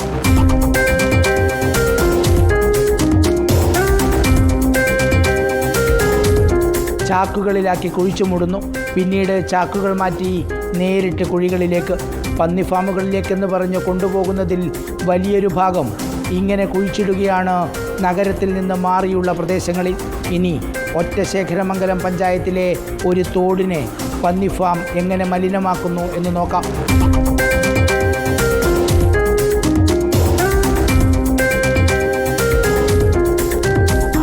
നഗരത്തിൽ നിന്ന് കൊണ്ടുപോകുന്ന മാലിന്യം തികച്ചും അശാസ്ത്രീയമായി തോന്നിയതുപോലെ കൈകാര്യം ചെയ്യുന്നു എന്നതിൻ്റെ നേർചിത്രമാണിത്. ഇത് പന്നി ഫാമിലേക്ക് കൊണ്ടുപോകുന്ന മാലിന്യത്തിൻ്റെ സ്ഥിതി. ജലസ്രോതസ് മലിനമാക്കുന്നതിനാൽ വാട്ടർ അതോറിറ്റി എഞ്ചിനീയർമാർ തന്നെ പോലീസിൽ പലയിടങ്ങളിൽ പരാതി നൽകി. ഒന്നും സംഭവിച്ചില്ല. ഇനി തിരുവനന്തപുരം നഗരത്തിലേക്ക് വന്നാൽ മറ്റൊരു രീതിയിലാണ്. ആമയിഴഞ്ചാൻ തോട്ടിലും പാർവതി പുത്തനാറിലുമൊന്നും ഒഴുക്കിവിടാൻ സാധ്യതയില്ലാത്തവർ ആരും ശ്രദ്ധിക്കാത്ത മൂലകളിൽ കൂട്ടിവയ്ക്കും, കത്തിക്കും. അങ്ങനെ തിരുവനന്തപുരം നഗരത്തിൽ എവിടെ നോക്കിയാലും ഒരു മാലിന്യവും കാണാനില്ല. എല്ലാം കൊണ്ടുപോകുന്നത് പന്നി ഫാമിൻ്റെ മറവിലാണ്. പന്നി ഫാമിൻ്റെ മറവിൽ ചെയ്യുന്നതിൻ്റെ നേർചിത്രമാണ് നമ്മളിപ്പോൾ കണ്ടത്. തിരുവനന്തപുരം നഗരത്തിൻ്റെ മാലിന്യം പേറുന്നത് ഉൾനാടുകളിലെ പന്നി ഫാമിനോട് ചേർന്ന ജലസ്രോതസ്സുകൾ. Reporter TV Prasad, in reporter, Thiruvananthapuram. മാലിന്യം പോകുന്ന വഴി കണ്ടല്ലോ. നമുക്കൊന്ന് കൊച്ചുവേളി റെയിൽവേ സ്റ്റേഷനിലേക്ക് പോകാം. കൊച്ചുവേളി റെയിൽവേ സ്റ്റേഷനിൽ 2 ദിവസം മുൻപ് ഒരുപാട് കറുത്ത ചാക്കുകൾ കൂടിക്കിടക്കുന്ന ദൃശ്യങ്ങൾ ഇപ്പോൾ പുറത്തു വന്നിട്ടുണ്ട്. അധികം വൈകാതെ അത് നമ്മുടെ പ്രേക്ഷകരിലേക്ക് എത്തിക്കാം. നമുക്കൊപ്പം റിനു ശ്രീധർ തുടരുന്നുണ്ട്. റിനു ശ്രീധർ, കൊച്ചുവേളിയിലെ കാഴ്ചകൾ, റെയിൽവേ സ്റ്റേഷൻ അകത്തൊക്കെ മാലിന്യം കൂട്ടിയിട്ടിരിക്കുന്ന കാഴ്ചകൾ നമ്മുടെ മുന്നിലേക്ക് എത്തിയിട്ടുണ്ട്. പ്രേക്ഷകരിലേക്ക് നമുക്ക് എത്തിക്കാം. അവിടെയുള്ള ആളുകളോട് നമ്മൾ ചോദിക്കുമ്പോൾ മാലിന്യം കൂട്ടിയിടുക, അതിനുശേഷം എവിടെയെങ്കിലും തള്ളുക, അതല്ലാതെ കൃത്യമായ ഒരു ശാസ്ത്രീയമായ രീതിയൊന്നും അവിടെ ഇല്ലേ റിനു? തീർച്ചയായും ഇല്ല സുജയ. ശാസ്ത്രീയമായ റെയിൽവേ സ്റ്റേഷനുകളിൽ ഇത്തരം പ്ലാന്റുകൾ ഇല്ല എന്നുള്ളത് തന്നെ നമുക്ക് പറയേണ്ടി വരും. അതുകൊണ്ടാണ് ഇത്തരത്തിൽ മാലിന്യ കൂമ്പാരങ്ങൾ റെയിൽവേ സ്റ്റേഷനിൽ ഉണ്ടാകുന്നത്. റെയിൽവേ സ്റ്റേഷനിൽ നമുക്കറിയാം ട്രെയിനിൽ നിന്നും ഒപ്പം അവിടുത്തെ ജീവനക്കാരിൽ നിന്നടക്കം വലിയ രീതിയിലുള്ള മാലിന്യങ്ങൾ ഉണ്ടാകാൻ സാധ്യതയുണ്ട് എന്നുള്ളതിൽ യാതൊരു സംശയമില്ല. ഈ മാലിന്യങ്ങൾ എങ്ങോട്ട് പോകുന്നു എന്നുള്ളതാണ് സംശയിക്കുന്നത്. എന്തായാലും നമ്മുടെ ഈ ലൈവത്തോൺ കൊച്ചുവേളിയിൽ നടക്കുമ്പോൾ നമ്മളെ തിരഞ്ഞെത്തിയ ഒരു പ്രേക്ഷകനുണ്ട്, ഒരു ചേട്ടനുണ്ട്. ഈ പ്രതികരിക്കണം ആവശ്യപ്പെട്ടുകൊണ്ടാണ് അദ്ദേഹം വന്നത്. ജയചന്ദ്രൻ എന്നാണ് അദ്ദേഹത്തിൻ്റെ പേര്. എന്താണ് ഈ റെയിൽവേ സ്റ്റേഷനിലെ മാലിന്യവുമായി ബന്ധപ്പെട്ട് പറയാനുള്ളത്? അതായത് റെയിൽവേ സ്റ്റേഷനിൽ ഇപ്പം റെയിൽവേയുടെ അനധികൃതമായിട്ട് ഒരു നടപടിയാണ് പുതിയതായിട്ട് സംരംഭം അവർ ഉൾക്കൊണ്ടത്. അതായത് ഇപ്പം പുതിയൊരു വെള്ളം പോകാനുള്ള ഒരു ചാല് വെട്ടിയിട്ടുണ്ട്. അത് കോൺക്രീറ്റിൽ ഓടയാണ്. ആ ഓടയ്ക്ക് അകത്തൂടെ പോകുന്ന പ്ലാസ്റ്റിക് മാലിന്യങ്ങളാണ് തുറന്നു വിടാനുള്ള പരിപാടിയാണ് ആസൂത്രണം ചെയ്തിരിക്കുന്നത്. അത് ജലസ്രോതസ്സുകളെ തന്നെ നശീകരണം ചെയ്യാൻ വേണ്ടി മാത്രമല്ല, വേളിക്കായലിൻ്റെ ചുറ്റുപാട് നടക്കുന്ന ഈ മലിനീകരണം അതിലേക്ക് കടത്തിവിടുമ്പോൾ നമുക്കുണ്ടാകുന്ന ദോഷഫലങ്ങൾ ഈ നാട്ടുകാരായ ഞങ്ങൾക്കും അതിന് ഉൾക്കൊണ്ടയുണ്ട്. പ്രത്യേകിച്ച് പറയാനുള്ളതെന്ന് വെച്ചാൽ സ്ഥലവാസികളായ ഞങ്ങൾക്ക് ഈ മാലിന്യം ഇവിടെ കൂമ്പാരം അടഞ്ഞു കിടക്കുമ്പോൾ ഉണ്ടാകുന്ന അസുഖങ്ങളും നാട്ടുകാർക്ക് ഉണ്ടാകുന്ന ബുദ്ധിമുട്ടുകളും ഇത് നമ്മൾ മനസ്സിലാക്കാൻ വേണ്ടി സർക്കാരിൻ്റെ ശ്രദ്ധയിൽ ഞാൻ പെടുത്തുകയാണ്. അങ്ങനെ ഒരു പദ്ധതി ഉണ്ടോ? ചാല് വെട്ടിയിട്ടുണ്ടോ? ചാല് വെട്ടി കോൺക്രീറ്റ് ചെയ്ത് പൂർത്തീകരിച്ചിട്ടുണ്ട്. തുറന്നു വിടാനുള്ള പ്ലാനാണ് അടുത്ത റെയിൽവേയുടെ. അപ്പം ജനങ്ങൾ ഇത് ഒരു പ്രാവശ്യം എതിർത്താണ്, അതുകൊണ്ട് ഒരു പെൻഡിങ്ങിൽ വെച്ചിരിക്കുകയാണ്. അപ്പോൾ ഇത് ഞാൻ സർക്കാരിൻ്റെ മുന്നിൽ ഇത് ഒരു സൂചന തരികയാണ്. അതിനുവേണ്ട നടപടികൾ സ്വീകരിക്കണം. മാത്രമല്ല, ഇന്ന് കായലോര പ്രദേശങ്ങളിലെല്ലാം നശീകരണം പെടുത്തിക്കൊണ്ടിരിക്കുകയാണ് റെയിൽവേ. മാത്രമല്ല, ട്രെയിനിൽ വരുമ്പോൾ വേളി പാലത്തിൻ്റെ അവിടെ എത്തുമ്പോൾ മാലിന്യം തള്ളിവിടുന്ന ഒരു സമ്പ്രദായം, അത് എറിഞ്ഞിടുന്ന ഒരു സമ്പ്രദായം, അതാണ് ഇവിടെ നടന്നുകൊണ്ടിരിക്കുന്നത്. ഇതിന് ചോദ്യം ചെയ്യാൻ റെയിൽവേ അധികൃതരോ മറ്റും തന്നെ ഇതിനകത്ത് ഉത്തരവാദിത്വം എടുക്കാനില്ല. കഴിഞ്ഞ പ്രാവശ്യം മേയർ പറഞ്ഞിരുന്നല്ലോ, ഇതിൻ്റെ റെയിൽവേ ആണ് പുതിയ ഈ മൊത്തത്തിൻ്റെ അനാസ്ഥ. അപ്പോൾ അത് എതിർത്തിരുന്നു. പക്ഷേ ഞാനും ഇപ്പോഴും പറയുന്നു, ഈ സർക്കാരിൻ്റെ കുറ്റം പറയുന്ന റെയിൽവേ പറയുന്നതിന് റെയിൽവേ ചെയ്യേണ്ട ജോലികൾ അവർ ചെയ്യേണ്ടതല്ലേ? അപ്പോൾ അവർക്ക് ഉത്തരവാദിത്തമില്ലേ? തീർച്ചയായും റെയിൽവേക്കും ഉത്തരവാദിത്തമുണ്ട്, കോർപ്പറേഷനും ഉത്തരവാദിത്തമുണ്ട്. ഓരോരുത്തരും അവരുടെ ഉത്തരവാദിത്തം കൃത്യമായി നിർവഹിക്കാത്തതാണ് നമ്മൾ ഈ കാണുന്ന പ്രശ്നത്തിന്റെ അടിസ്ഥാനമായിട്ടുള്ള കാരണം. ഡോക്ടർ തോമസ് ചെറിയാൻ ഇടപ്പള്ളിയിൽ നിന്ന് നമുക്കൊപ്പം തത്സമയം ചേരുന്നു. പ്രേക്ഷകർക്കും റിപ്പോർട്ടറിലൂടെ നിങ്ങളുടെ അഭിപ്രായങ്ങൾ പങ്കുവയ്ക്കാം. അതിനുള്ള ലൈൻ ഇപ്പോൾ നമ്മൾ ഓപ്പൺ ആക്കിയിരിക്കുകയാണ്. നമ്പർ ഇപ്പോൾ നമ്മുടെ സ്ക്രോൾ ചെയ്ത് പ്രേക്ഷകരെ കാണിക്കും. ഡോക്ടർ തോമസ് ചെറിയാൻ, മാലിന്യ നീക്കം എല്ലായിടത്തും പ്രശ്നമാണ്. അത് ഞെളിയൻപറമ്പായാലും വിളപ്പൻശാലയായാലും ഈ സംസ്കരണ കേന്ദ്രങ്ങളൊക്കെ ഇല്ലാതാകുമ്പോൾ എവിടെ കൊണ്ട് തള്ളണം? അതായത് സ്വന്തം വീട്ടുപറമ്പിൽ മാലിന്യം കുഴിച്ചിട്ടുകൊണ്ടിരുന്ന ആളുകളാണ്, അല്ലെങ്കിൽ സംസ്കരിച്ചുകൊണ്ടിരുന്ന ആളുകളാണ് ഒരു കാലത്ത് കേരളത്തിൽ ഉണ്ടായിരുന്നതെങ്കിൽ ഇപ്പോൾ എവിടെയും മാലിന്യം തള്ളുന്ന ഉത്തരവാദിത്തമില്ലാത്ത മനുഷ്യരായി നമ്മൾ മാറിയോ എന്ന് സ്വയം ചോദിക്കുമ്പോൾ നമ്മുടെ മുന്നിൽ ഈ ആമയിഴഞ്ചാൻ തോട് ഇങ്ങനെ കിടക്കുകയാണ്. എന്താണ് അങ്ങേക്ക് പറയാനുള്ളത്? Good morning madam. ഇങ്ങനെ ഒരു അവസരം തന്നതിൽ ഞാൻ റിപ്പോർട്ടർ ടിവിയെ ആദ്യമായി അഭിനന്ദിക്കുന്നു.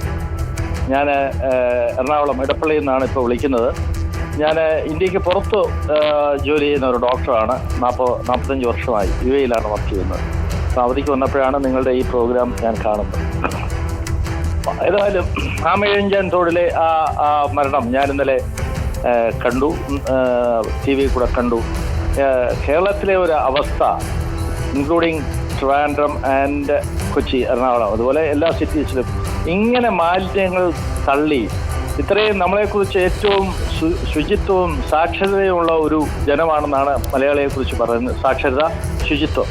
എന്നിട്ട് എന്താണ് ഇങ്ങനെയാവുന്നത്? ഒന്നാമത് കർശന നിയമം വേണം മാഡം. കർശന നിയമങ്ങളില്ലെങ്കിൽ ഇതെല്ലാം കാറ്റിൽ പറത്തും.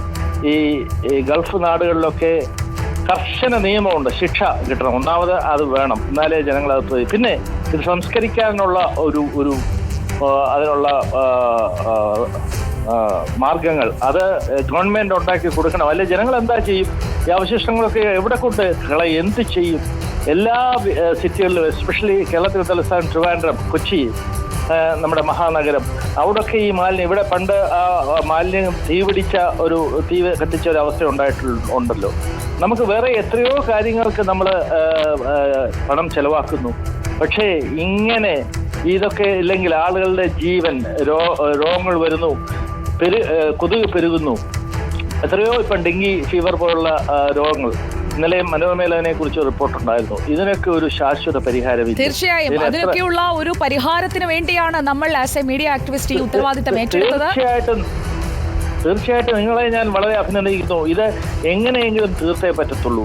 ജനങ്ങൾ കൂടി, അവശിഷ്ടങ്ങൾ കൂടി എന്ന് പറഞ്ഞുകൊണ്ട് ഇത് റെയിൽവേ ആണോ കോർപ്പറേഷൻ ആണോ അങ്ങോട്ടും ഇങ്ങോട്ടും പറയാതെ ഒരു മനുഷ്യന് 10,000 ഇവിടെ പന്നി, എൻ്റെ സ്വദേശം, I am from Pathanamthitta district, Pandalam. അവിടെ പന്നി ഇറങ്ങുന്നു, പട്ടി കടിക്കുന്നു, പാമ്പ് കടിക്കുന്നു. മനുഷ്യജീവന് ഒരു വിലയില്ലേ? 10 ലക്ഷം രൂപ കൊടുത്താൽ അത്രയേ ഉള്ളൂ ഒരു മനുഷ്യജീവൻ.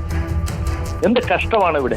തീർച്ചയായും അങ്ങയുടെ ആ ചോദ്യം ഞങ്ങൾ ഏറ്റെടുക്കുകയാണ്. ഡോക്ടർ തോമസ് ചെറിയാൻ എന്ന പ്രേക്ഷകനാണ് ഇടപ്പള്ളിയിൽ നിന്ന് നമുക്കൊപ്പം ചേർന്നത്.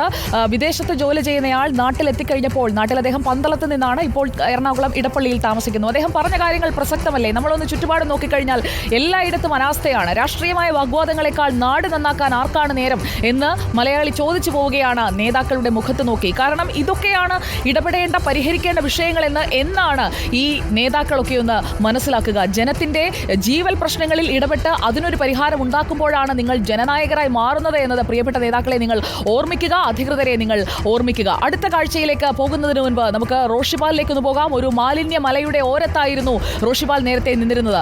റോഷിപാൽ പല മോഡലുകളെ കുറിച്ച്, റോഷിപാൽ അറിയാമല്ലോ തുമ്പൂർ മൊഴി മോഡൽ, അത് ആലപ്പുഴയിൽ വെറ്റിനറി സർവകലാശാലയിലെ ഡോക്ടർ ഫ്രാൻസിസ് സേവ്യർ കൊണ്ടുവന്ന ഒരു വിപ്ലവകരമായ മാറ്റമാണ്. വായുവും കരിയിലയും സൂക്ഷ്മാണുവും ഇത് മാത്രം മതി മാലിന്യം സംസ്കരിക്കുന്നതിന്. അങ്ങനെ ഒരു തുമ്പൂർ മൊഴി എന്ന ഒരു മോഡൽ മുന്നിലുണ്ട്. അത് നടപ്പാക്കുന്നതിന് മറ്റ് ബുദ്ധിമുട്ടുകളില്ല. പക്ഷേ പദ്ധതികളൊന്നും ആവിഷ്കരിക്കുന്നതല്ലാതെ അങ്ങോട്ട് അത് പ്രാവർത്തികമാക്കുന്നതിലേക്ക് ഒരു ആർജവം കാണാതെ പോകുന്നത് എന്തുകൊണ്ടാണ് റോഷിപാൽ? എല്ലാവർക്കും കയ്യടിയും ഫ്ലക്സും മതിയോ? കാര്യമൊന്നും ചെയ്യണ്ടേ?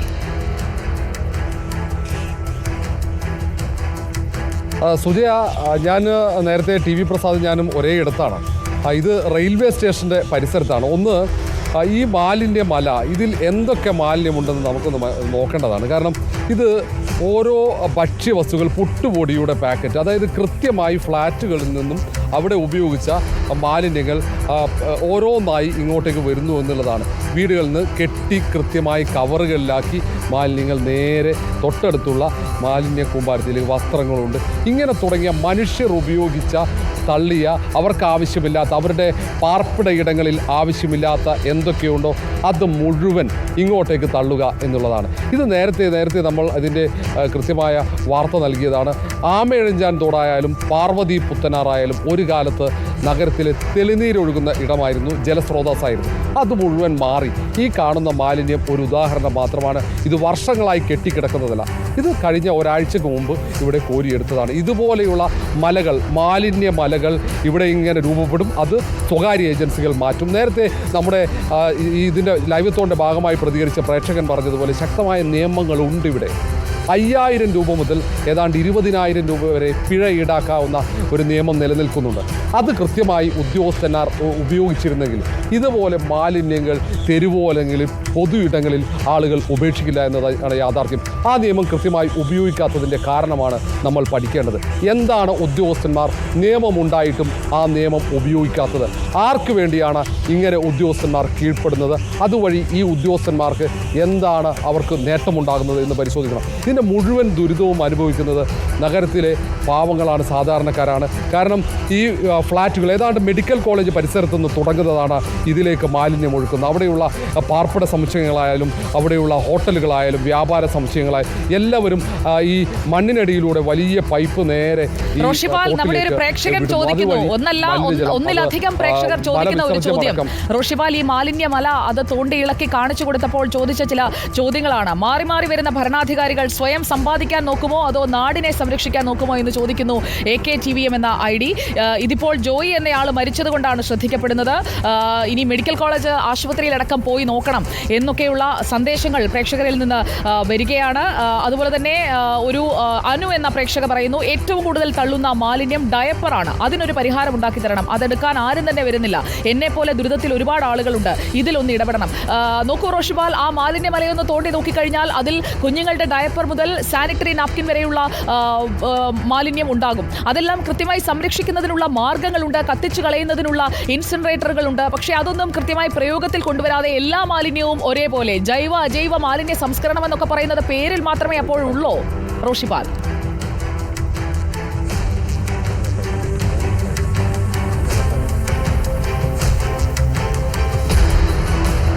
സുജയ, ഈ മാലിന്യമലയിൽ നിന്നും നമ്മൾ അത് പരിശോധിക്കുമ്പോൾ ഇതിനകത്ത് നേരത്തെ ഞാൻ സൂചിപ്പിച്ചതുപോലെ ഇതിനകത്തില്ലാത്ത മാലിന്യങ്ങളില്ല.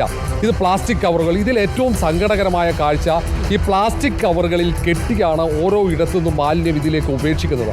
അങ്ങനെ ഉപേക്ഷിക്കുന്ന മാലിന്യങ്ങൾ അത് ആ പ്ലാസ്റ്റിക് ചാക്കായാലും കവറായാലും അത് എടുത്ത് പരിശോധിച്ച് അതിനകത്ത് എവിടെ നിന്നാണ് ഈ മാലിന്യം ഉപേക്ഷിച്ചതെന്ന് കണ്ടെത്താൻ ഒരു പക്ഷേ കഴിയും. സാധാരണ മറ്റ് തദ്ദേശ ഭരണ സ്ഥാപനങ്ങളിൽ മാലിന്യം പിടിക്കുമ്പോൾ അതിന് ഉപേക്ഷിച്ചവരെ പൊതുയിടങ്ങളിൽ മാലിന്യം ഉപേക്ഷിച്ചവർക്കെതിരെ ഈ തദ്ദേശ സ്വയംഭരണ ഉദ്യോഗസ്ഥന്മാർ നടപടി സ്വീകരിക്കുന്നത് ഈ മാലിന്യ കെട്ടിൽ നിന്ന് ലഭിക്കുന്ന എന്തെങ്കിലും സൂചനകൾ വഴിയാണ്. ആ തരത്തിലുള്ള ഒരു പരിശോധന തിരുവനന്തപുരം നഗരത്തിൽ ഉണ്ടാകുന്നില്ല എന്നത് യാഥാർത്ഥ്യമാണ്. അതുതന്നെയാണ് ഇത്തരം പ്രശ്നങ്ങൾ ഉണ്ടാകാൻ പ്രധാന കാരണവും. കാരണം കെട്ടുകണക്കിന് മാലിന്യങ്ങൾ ചാക്കിൽ കെട്ടി ഈ ആമയിഴഞ്ചാൻ തോട്ടിലേക്ക് ഉപേക്ഷിച്ച് അത് നേരെ പാർവതി പുത്തനാറിലേക്ക് ചെന്നെത്തുന്നു, അത് കടലിലേക്ക് പോകുന്നു. ഇത് എത്ര വർഷമായി ഈ നഗരം അനുഭവിക്കുന്നു. കൃത്യമായ ഒരു മാലിന്യ സംസ്കരണ യൂണിറ്റ് ഇല്ല. മറ്റൊന്ന്, ഇതൊക്കെ പരിശോധിക്കാൻ പൊതു ഇടത്തിൽ മാലിന്യം ഉപേക്ഷിക്കുന്നത് പരിശോധിക്കാൻ ഒരു സംവിധാനമില്ല. എല്ലാത്തിനും നഗരവാസികളെ കുറ്റപ്പെടുത്തിയത് കൊണ്ട് മാത്രം കാര്യമില്ല. കാരണം നഗരവാസികളിൽ ചിലർ ഇത്തരത്തിൽ കുറ്റകൃത്യങ്ങൾ ചെയ്യുമ്പോൾ അത് കണ്ടെത്തി അവർക്ക് തക്ക ശിക്ഷ നൽകാനുള്ള നിയമം തദ്ദേശ സ്വയംഭരണ വകുപ്പിനുണ്ട്. ആ നിയമങ്ങൾ കൃത്യമായി നടപ്പാക്കുക എന്നതാണ്. ഞാനൊന്ന് TV പ്രസാദിലേക്ക് കൂടി പോവുകയാണ്. ചവറിടുന്നത് ആളുകളുടെ അവകാശവും വാരി മാറ്റുന്നത് സർക്കാരിന്റെ പണിയുമെന്ന് വിജയകുമാർ ജയൻ പറയുന്നു. ചവറ് കൊണ്ടുപോയി ഇടുന്നത്, മാലിന്യം വലിച്ചെറിയുന്നത് നമ്മുടെ പണിയല്ല, അത് നമ്മുടെ നിരുത്തരവാദപരമായ സമീപനമാണ്. നമ്മൾ ഉണ്ടാക്കുന്ന മാലിന്യം, നമ്മൾ കഴിച്ച ഭക്ഷണത്തിന്റെ അവശിഷ്ടം, നമ്മൾ ഉപയോഗിച്ച് വലിച്ചെറിയുന്ന ഡയപ്പറും സാനിറ്ററി നാപ്കിനും അതൊക്കെ കൃത്യമായി സംസ്കരിക്കുന്നു എന്ന് ഉറപ്പാക്കേണ്ട ഉത്തരവാദിത്തം നമ്മൾ കൂടി ഏറ്റെടുത്താലേ നാട് നന്നാകൂ. അല്ലാതെ എല്ലാം സർക്കാരിന്റെയും റെയിൽവേയുടെയും തലയിലിട്ടിട്ട് മാറി നിൽക്കേണ്ടവരല്ല നമ്മൾ കൂട്ടുത്തരവാദിത്തത്തോടെ ഇതൊക്കെ ഏറ്റെടുക്കണം എന്നുള്ളതാണ് ലൈവത്തോണിലൂടെ നമ്മൾ മുന്നോട്ട് വയ്ക്കുന്ന ആശയം. നമുക്കൊപ്പം ഒരു പ്രേക്ഷകനുണ്ട്, മാംഗ്ലൂരിൽ നിന്ന് ജോബ് എന്ന പ്രേക്ഷകൻ. ജോബ്, കേൾക്കാമോ? പറഞ്ഞോളൂ. കേൾക്കാം. ഇതൊരു കാര്യമേ, ആദ്യം ചെയ്യേണ്ടത് സർക്കാരിന്റെ ചുമതല നിർവഹിക്കുക എന്നുള്ളതാണ്. ഞാനൊരു 30 വർഷമായിട്ട് മാംഗ്ലൂരു താമസിക്കുന്ന ഒരാളാണ്. ഞങ്ങൾക്കിവിടെ ഒന്നും ഈ വേസ്റ്റിന്റെ പ്രശ്നങ്ങൾ വരാറില്ല. ഒരുപക്ഷെ ഡെൻസിറ്റി ഓഫ് പോപ്പുലേഷൻ കേരളത്തിലെ ഒരു ടൗണിനെ അപേക്ഷിച്ച് ഒരു 10-15 മടങ്ങ് കൂടുതലുള്ള ഒരു സ്ഥലത്ത് ഡെയിലി കോർപ്പറേഷന്റെ ആൾക്കാർ വന്ന് കരമാലിന്യങ്ങൾ ഡെയിലി വന്ന് കളക്ട് ചെയ്തുകൊണ്ട് പോകും. അത് ആഴ്ചയിലൊന്ന് ഞായറാഴ്ച പ്ലാസ്റ്റിക് മാലിന്യങ്ങളും ഉൾപ്പെടെയുള്ളതും കളക്ട് ചെയ്തുകൊണ്ട് പോകും. എന്നിട്ട് ഇവിടെ ഏതെങ്കിലും രീതിയിൽ ആരെങ്കിലും ഇടുന്നുണ്ടെങ്കിൽ അത് കർശനമായിട്ട് അവരെ ഫൈൻ ഈടാക്കി അവരെ അതിൽ നിന്നും പിന്തിരിപ്പിക്കാനുള്ള ഒരു പ്രവണത. ശ്രീ ജോബ്, ഒരു കാര്യം ചോദിച്ചോട്ടെ. ശ്രീ ജോബ്, ഇവിടെ ഇപ്പോൾ ഏറ്റവും കൂടുതൽ പ്രശ്നമുണ്ടാകുന്നത് ഈ ഡയപ്പർ, അതുപോലെ തന്നെ സാനിറ്ററി നാപ്കിൻ, അതൊക്കെ കൃത്യമായി സംസ്കരിക്കാതെ ഈ എല്ലാ മാലിന്യങ്ങളും ഇടകലർന്ന് കിടക്കുകയാണ്. അതായത് പ്രത്യേകം സംസ്കരണമില്ല, കവറുകളിലാക്കി ഓരോ വീട്ടിലെയും മാലിന്യം കൊണ്ടുപോയി തള്ളുകയാണ്. അപ്പോൾ ഇതൊക്കെ ഏത് രീതിയിലാണ് സംസ്കരിക്കേണ്ടത്? അങ്ങനെയുള്ള ഒരു സംവിധാനത്തിലേക്ക് വന്നിട്ടില്ല. അവിടെ എങ്ങനെയാണ് ഇതൊക്കെ സംസ്കരിക്കുന്നത്? ആൾക്കാർ അതായത് വീടുകളിൽ വന്ന് വണ്ടിയുമായിട്ട് വന്ന് ഡയപ്പർ സെപ്പറേറ്റ്, കരമാലിന്യങ്ങൾ സെപ്പറേറ്റ്, സൺഡേസിലെ പ്ലാസ്റ്റിക് മാലിന്യങ്ങൾ ഉൾപ്പെടെയുള്ള ഇത് അവർ സ്ക്വാഡ് കൊണ്ടുപോവുകയാണ്. ഓരോ വർഷവും നമ്മൾ ടാക്സ് അടയ്ക്കുമ്പോൾ ഒരു ചെറിയ, എനിക്ക് തോന്നുന്നു ഒരു വർഷം 300-400 രൂപ അതിനുവേണ്ടി നമ്മളിൽ നിന്ന് കളക്ട് ചെയ്യുന്നുണ്ട്. അത് മാൻഡേറ്ററി ആണ്. നമ്മൾ ഉപയോഗിച്ചില്ലെങ്കിലും അത് ചെയ്യുന്നുണ്ട്. നിങ്ങൾ മാംഗ്ലൂർ ടൗണിൽ വന്ന് നോക്കൂ, എവിടെയെങ്കിലും ഇത്രയും ക്ലീനായിട്ട് ഇത്രയും ഡെൻസിറ്റി ഓഫ് പോപ്പുലേഷൻ ഇത്രയും ഹൈ ഉള്ള ഒരു സ്ഥലത്തെ, ഒരു കേരളത്തിലെ ഏത് ടൗണിലെ അപേക്ഷിച്ച് ഒരു 10-15 ഇരട്ടിയെങ്കിലും ഡെൻസിറ്റി ഓഫ് പോപ്പുലേഷൻ ഉള്ളതാണ്. അവിടെ ഇങ്ങനത്തുള്ള എത്ര ക്ലീനാണ് ഈ ഓടകളും മറ്റു കാര്യങ്ങളും. ആദ്യം സർക്കാർ ഈ ജനങ്ങൾ ഈ മാലിന്യം അവിടെ കൊണ്ട് ഡിസ്പോസ് ചെയ്യും. ആദ്യം അത് സർക്കാർ അതിനുള്ള സംവിധാനങ്ങൾ ചേർക്കട്ടെ. തീർച്ചയായും മനസ്സിലായി. വളരെ നന്ദി ശ്രീ ജോബ്. താങ്കൾ ഇപ്പോൾ താമസിക്കുന്ന മാംഗ്ലൂരിലെ നല്ല മാതൃകയാണ് ചൂണ്ടിക്കാട്ടിയത്. കൃത്യമായി തരംതിരിച്ച് മാലിന്യങ്ങൾ ശേഖരിക്കുകയും അത് സംസ്കരിക്കുന്നു എന്ന് പൂർണ്ണമായി ഉറപ്പാക്കുകയും ചെയ്യുന്ന ഒരു മാതൃക പിന്തുടരുന്നത് കൊണ്ടാണ് മാംഗ്ലൂർ വൃത്തിയായി കിടക്കുന്നത്. നമ്മുടെ നഗരവും വൃത്തിയാകണം, നമ്മുടെ നാടും വൃത്തിയാകണം. ഈ നഗരത്തിന് ഇത് എന്ത് പറ്റിയെന്ന് ചോദിച്ചുകൊണ്ടിരിക്കേണ്ടവരല്ല നമ്മൾ. ഈ നഗരം എത്ര സുന്ദരമെന്ന് ലോകത്തെ കാണിച്ചു കൊടുക്കേണ്ടവരാണ് നമ്മൾ. ആ ഒരു ഉദ്ദേശത്തോടു കൂടിയാണ് റിപ്പോർട്ടർ ലൈവത്തോൺ തുടരുന്നത്. നമ്മൾ ഇനി പോകുന്നത് കുന്നുകുഴി പ്ലാന്റിലേക്കാണ്. തിരുവനന്തപുരം കുന്നുകുഴിയിലെ ആധുനിക അറവുശാലയുടെ നിർമ്മാണ പ്രവൃത്തികൾ ഇഴഞ്ഞു നീങ്ങുകയാണ്. 2020 ആരംഭിച്ച അറവുശാലയുടെ നിർമ്മാണം 70% പോലും പൂർത്തിയായിട്ടില്ല. 12 കോടി രൂപ മുതൽ മുടക്കിയാണ് 2013 പൂട്ടിയ കുന്നുകുഴിയിലെ അറവുശാല പുതുക്കി പണിയുന്നത്. അറവുശാലയുടെ പണി പൂർത്തിയാക്കി എന്ന് പ്രവർത്തനം ആരംഭിക്കുമെന്ന കാര്യത്തിൽ അധികൃതർക്കും വലിയ വ്യക്തതയൊന്നുമില്ല. അശ്വിൻ ഡിയാഗോ തയ്യാറാക്കിയ റിപ്പോർട്ടിലേക്ക്. തലസ്ഥാനത്തെ മാലിന്യ പ്രശ്നങ്ങൾക്ക് അല്പമെങ്കിലും ആശ്വാസമായേക്കാവുന്ന കുന്നുകുഴിയിലെ ആധുനിക അറവുശാല ഇനിയും തുറക്കാനായിട്ടില്ല. പല ഘട്ടങ്ങളിലും തുറക്കുമെന്ന് പ്രഖ്യാപനങ്ങൾ ഉണ്ടായിട്ടും പണി പൂർത്തിയാകാത്തതിനാൽ ഇത് നീണ്ടു പോവുകയാണ്. ഈ അനധികൃത അറവുശാലകളും വഴികളിൽ അറവ് മാലിന്യം തള്ളുന്നതും വർദ്ധിച്ചതോടെയാണ് ആധുനിക അറവുശാല നഗരത്തിൽ സ്ഥാപിക്കാൻ കോർപ്പറേഷൻ തീരുമാനിച്ചത്. എന്നാൽ നിർമ്മാണം തുടങ്ങി വർഷങ്ങൾ കഴിഞ്ഞിട്ടും, ഏതാണ്ട് 4-5 കൊല്ലം കഴിഞ്ഞിട്ടും ഇത് എപ്പോൾ തുറക്കുമെന്ന കാര്യത്തിൽ ഇപ്പോഴും ഒരു ഉറപ്പ് വന്നിട്ടില്ല, അല്ലെങ്കിൽ പ്രഖ്യാപനം വന്നിട്ടില്ല. നിർമ്മാണം പൂർത്തിയാക്കാൻ ഇനിയും മാസങ്ങൾ എടുത്തേക്കും എന്നാണ് മനസ്സിലാക്കുന്നത്. 2013 കുന്നുകുഴിയിൽ പ്രവർത്തിച്ചിരുന്ന അറവ് ശാല മാനദണ്ഡങ്ങൾ പാലിക്കാത്തതിനാൽ പൂട്ടിയിട്ടത്. പിന്നീടാണ് ഇവിടുത്തെ കോടികൾ മുടക്കി ആധുനിക രീതിയിൽ അറവുശാല നിർമ്മിക്കാൻ തീരുമാനിക്കുന്നത്. Kerala electrical and allied engineering company ലിമിറ്റഡാണ് ഇതിൻ്റെ നിർമ്മാണ ചുമതല ഏറ്റെടുത്തതും. പിന്നീട് ചില കാരണങ്ങളാൽ പദ്ധതി റീടെൻഡർ ചെയ്യേണ്ടി വന്നു. പക്ഷേ എന്നിട്ടും വീണ്ടും കരാർ കെല്ലിന് തന്നെ വീണ്ടും ലഭിക്കുന്ന ഒരു സാഹചര്യമുണ്ടായി. പക്ഷേ പഴയ അറവുശാലയുടെ കെട്ടിടം നിലനിർത്തിയാണ് പുതിയതിൻ്റെയും നിർമ്മാണം. 2020 നിർമ്മാണം തുടങ്ങിയതും ഇത്രയും വർഷമായിട്ടും പണി പൂർത്തിയാവുകയോ തുറന്നു നൽകുകയോ ചെയ്തിട്ടില്ല എന്നുള്ളതാണ് ഏറ്റവും പ്രധാനം.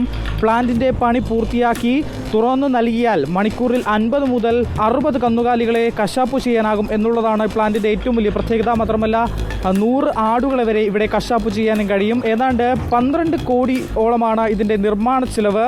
ബയോഫിൽട്ടർ പ്ലാന്റ്, ബയോഗ്യാസ് പ്ലാന്റ് എന്നിവ നിർമ്മിക്കുന്നത് തിരുവനന്തപുരം കോർപ്പറേഷനാണ്. വെറ്റിനറി ഡോക്ടറുടെ സേവനവും ഇവിടെ ഉണ്ടാകും. മൃഗങ്ങളെ പരിശോധിക്കാനും പ്രത്യേക ലാബും ഇവിടെ സജ്ജമാക്കും. പക്ഷേ ടെൻഡറിംഗ് പ്ലാൻ വഴി ഇറച്ചി അവശിഷ്ടങ്ങൾ സംസ്കരിക്കാനുമാകും.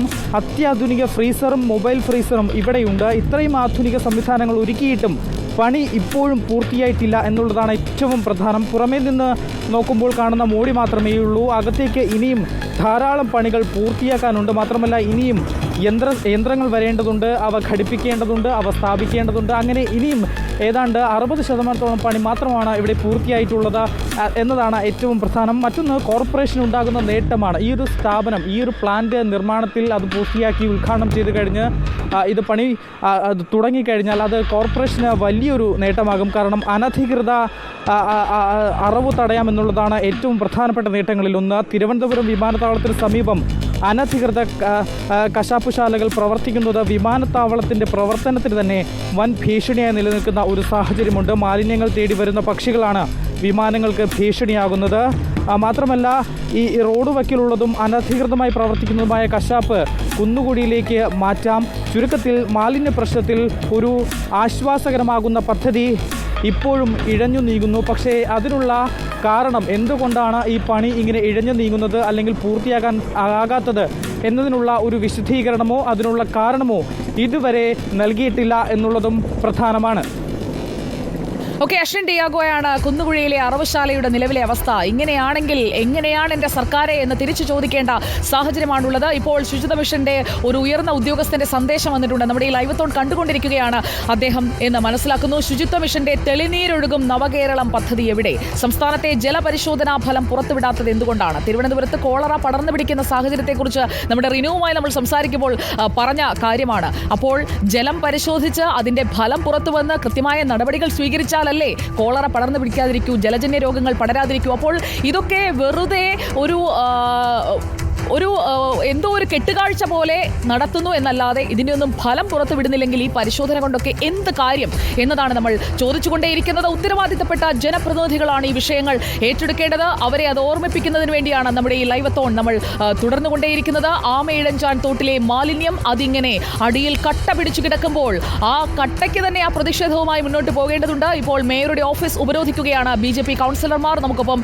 അർച്ചന രവീന്ദ്രനുണ്ട്. അർച്ചന, നമ്മുടെ ലൈവത്തോൺ തുടങ്ങി ഇപ്പോൾ ഏകദേശം 1 മണിക്കൂറിലേക്ക് എത്തുകയാണ്. എന്താണ് കോർപ്പറേഷൻ ഓഫീസിലെ കാഴ്ച?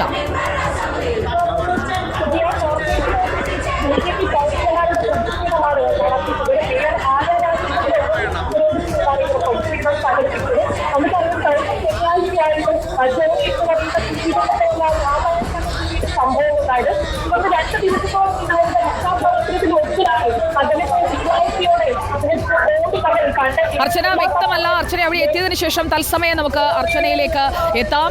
ഇപ്പോൾ തിരുവനന്തപുരം കോർപ്പറേഷന് മുന്നിൽ ജോയിയുടെ മരണത്തിന് ഉത്തരവാദി കോർപ്പറേഷൻ എന്ന് പറഞ്ഞുകൊണ്ടാണ് BJP കൗൺസിലർമാർ ഉപരോധിക്കുന്നത്. ആമയിഴഞ്ചാൻ തോട്ടിലെ മാലിന്യം നീക്കുന്നതുവരെ ഈ പ്രതിഷേധവുമായി നിങ്ങൾ മുന്നോട്ട് പോവുകയാണെങ്കിൽ നിങ്ങൾക്ക് ജനങ്ങളോട് ഉത്തരവാദിത്തമുണ്ട് എന്ന് ജനങ്ങൾക്ക് മനസ്സിലാകും. മേയറുടെ പ്രതികരണവും നമ്മൾ പ്രതീക്ഷിക്കുന്നുണ്ട്. റെയിൽവേയെ പഴിചാരുന്നതിനപ്പുറം എന്താണ് കോർപ്പറേഷൻ അടുത്തതായി ചെയ്യാൻ പോകുന്നത് എന്നതാണ് നമ്മൾ ചോദിക്കുന്ന ചോദ്യം. തൊടുപുഴയിൽ നിന്ന് പ്രേംകുമാർ എന്ന പ്രേക്ഷകൻ നമുക്കൊപ്പം ചേരുന്നു. തത്സമയം ശ്രീ പ്രേംകുമാർ, പറഞ്ഞോളൂ, എന്താണ് അങ്ങയുടെ അഭിപ്രായം? ഈ മാലിന്യമൊക്കെ ഇങ്ങനെ കിടന്നാൽ മതിയോ?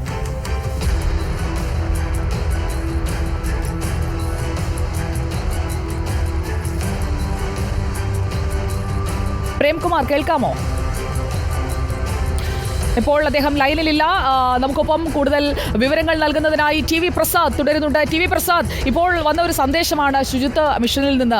ശുചിത്വമേ ഉറപ്പാക്കാൻ കഴിയുന്നില്ല, വെള്ളമൊക്കെ മലിനമാണ്. നമ്മൾ കാണുന്നുണ്ടല്ലോ ആമയിഴഞ്ചാൻ തോട്ടിലൂടെ ഒഴുകിയെത്തുന്ന 12 കിലോമീറ്റർ ദൈർഘ്യത്തിൽ മാലിന്യം ഇങ്ങനെ കട്ട പിടിച്ച് ഒഴുകി നടക്കുന്നു, അടിയിൽ പിടിച്ചു കിടക്കുന്നു. ഇതൊക്കെ കണ്ടിട്ടും കാണാതെ പോകാൻ മനുഷ്യരായി നിൽക്കുന്ന ആർക്കും കഴിയുന്ന ഒരു സാഹചര്യമല്ല. എന്തുകൊണ്ടാണ് ഇതൊന്നും പരിഹരിക്കാത്തത്? എല്ലാ പരിശോധനയും നടത്തുന്നുണ്ട്, എല്ലാ സംവിധാനവുമുണ്ട്, എല്ലാ പദ്ധതിയുമുണ്ട്, കോടിക്കണക്കിന് രൂപ വകയിരുത്തുന്നുമുണ്ട്. എന്നിട്ടും എന്ത് പ്രയോജനം? TV പ്രസാദ്, സുജയ, ഓരോ വർഷവും ഏറ്റവും കൂടുതൽ പണം ഉദ്യോഗസ്ഥർക്ക് അടിച്ചു മാറ്റാൻ പറ്റുന്ന ഒരു സംവിധാനമാണ് ഈ വേസ്റ്റ് ഡിസ്പോസൽ, മാലിന്യ സംസ്കരണം എന്ന്. ഓരോ വർഷവും കോടികളാണ് ഇതിൽ ബജറ്റിൽ ഉൾപ്പെടെ മാറ്റിവെക്കുകയും ചെയ്യുന്നത്. തദ്ദേശ സ്ഥാപനങ്ങൾ തനത് ഫണ്ട് ഉപയോഗിച്ച് ഒരുപാട് കാര്യങ്ങൾ ചെയ്യുന്നു. പക്ഷേ ആകെ തുക എന്നുള്ളത് എനിക്ക് പിറകിൽ കാണുന്നത് മാത്രമാണ്. ഇത്ര കാലമായി ഇവിടെ ശുചിത്വ മിഷനുണ്ട്, ക്ലീൻ കേരളയുണ്ട്, തദ്ദേശ സ്ഥാപനങ്ങളിലെ ശുചിത്വത്തിന് വളരെ പേരുകേട്ട ഉദ്യോഗസ്ഥരെല്ലാവരും ഉണ്ട്. പക്ഷേ ഒന്നും ചെയ്യാൻ കഴിയുന്നില്ല എന്നുള്ളിടത്താണ് തിരുവനന്തപുരത്ത് വിളപ്പിൽശാല പൂട്ടി സുജി. എന്നിട്ട് ഇപ്പോൾ എന്തുണ്ടായി? എന്നിട്ട് ഞാൻ നേരത്തെ വാർത്തയിൽ പറഞ്ഞതുപോലെ കാണുന്നിടത്ത് നിന്ന് മുഴുവൻ മാലിന്യങ്ങൾ മാറ്റി അതിലൊരു വലിയൊരു ശതമാനം, അതായത് 50% നമ്മളുടെ പിറകിൽ കാണുന്ന ആമയിഴഞ്ചാൻ തോടിലേക്ക് തള്ളും, വലിയൊരു ശതമാനം പാർവതി പുത്തനാറിലേക്ക് പോകും, തിരുവനന്തപുരം നഗരത്തിലെ മറ്റു തോടുകളിലേക്ക് തള്ളും. ബാക്കിയുള്ളത് പ്രധാനമായും പോകുന്നത് തിരുവനന്തപുരത്തിൻ്റെ ഉൾനാടുകളിലേക്കാണ്. 29 ഏജൻസികളാണ് തിരുവനന്തപുരം നഗരത്തിലെ ഹോട്ടലുകളിലും ഫ്ലാറ്റുകളിൽ നിന്ന് ഭക്ഷണാവശ്യവും മറ്റു മാലിന്യവും ശേഖരിക്കുന്നത്. അവർ പന്നിഫാമിലേക്ക് കൊണ്ടുപോകുന്നു എന്ന് പറയുന്നു. പക്ഷേ ഇവിടെ നിന്ന് കൊണ്ടുപോകുന്ന ആ അളവിൻ്റെ പകുതി പോലും കൊടുക്കാനുള്ള പന്നികൾ തിരുവനന്തപുരത്ത് ഇല്ല എന്നുള്ളതാണ് അതിലെ പ്രധാനപ്പെട്ട കാര്യം. ഈ പന്നികൾക്ക് അതിലെ ഭക്ഷണാവശിഷ്ടങ്ങൾ കൊടുത്തു കഴിഞ്ഞാൽ ബാക്കിയുള്ളവ എന്താണ് ചെയ്യുന്നതെന്നാണ് നേരത്തെ എൻ്റെ റിപ്പോർട്ടിൽ കണ്ടത്. അതായത് അവർ തോട്ടിൻ്റെ അരികിൽ ഉപേക്ഷിക്കുന്നു, അതിലെ വേസ്റ്റ് തോട് വഴി ഒഴുകി പുഴകളിലേക്ക് പോകുന്നു. ചുരുക്കത്തിൽ തിരുവനന്തപുരം നഗരത്തിലെ മാലിന്യം വിളപ്പിൽശാലയ്ക്ക് ശേഷം പുറത്ത് കാണുന്നില്ല എന്നേ ഉള്ളൂ. കാണുന്നിടങ്ങളിൽ നിന്നെല്ലാം എടുത്ത് കാണാത്തിടങ്ങളിലേക്ക് കൊണ്ടുപോകുന്നു. തിരുവനന്തപുരം നഗരത്തിന്റെ അതായത് നമ്മൾ കാണുന്നില്ല എന്നല്ല, നമ്മൾ കാണാത്ത ഇടങ്ങളിൽ കൊണ്ടുപോയി ഒളിപ്പിച്ചു വെക്കുകയാണ്. അതായത് മാലിന്യം സംസ്കരിക്കുന്നില്ല, അവിടെ നടക്കുന്നത് ഒരു ഒളിപ്പിക്കൽ പ്രക്രിയയാണ്.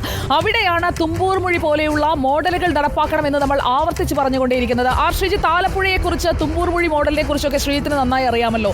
കുറച്ച് സാധനങ്ങൾ മതി, നന്നായി നടപ്പാക്കാൻ കഴിയും. പരീക്ഷിച്ച് വിജയിച്ച മാതൃകയാണ്. തോമസ് ഐസക് കൊണ്ടുവന്ന ഒരു പദ്ധതിയാണ്. അത് കൃത്യമായി നടപ്പാക്കിയാൽ ഈ വിളപ്പിൽശാലയും ഞെളിയൻ പറമ്പും ഒന്നും ഇല്ലെങ്കിലും മാലിന്യം കൃത്യമായി സംരക്ഷിച്ച് മുന്നോട്ട് കൊണ്ടുപോകാൻ കഴിയും. തിരുവനന്തപുരത്തും തുമ്പൂർ മൊഴി മോഡൽ കൊണ്ടുവന്നു. ആ മോഡൽ ഇപ്പോൾ എവിടെയാണ് ശ്രീജിത്ത്?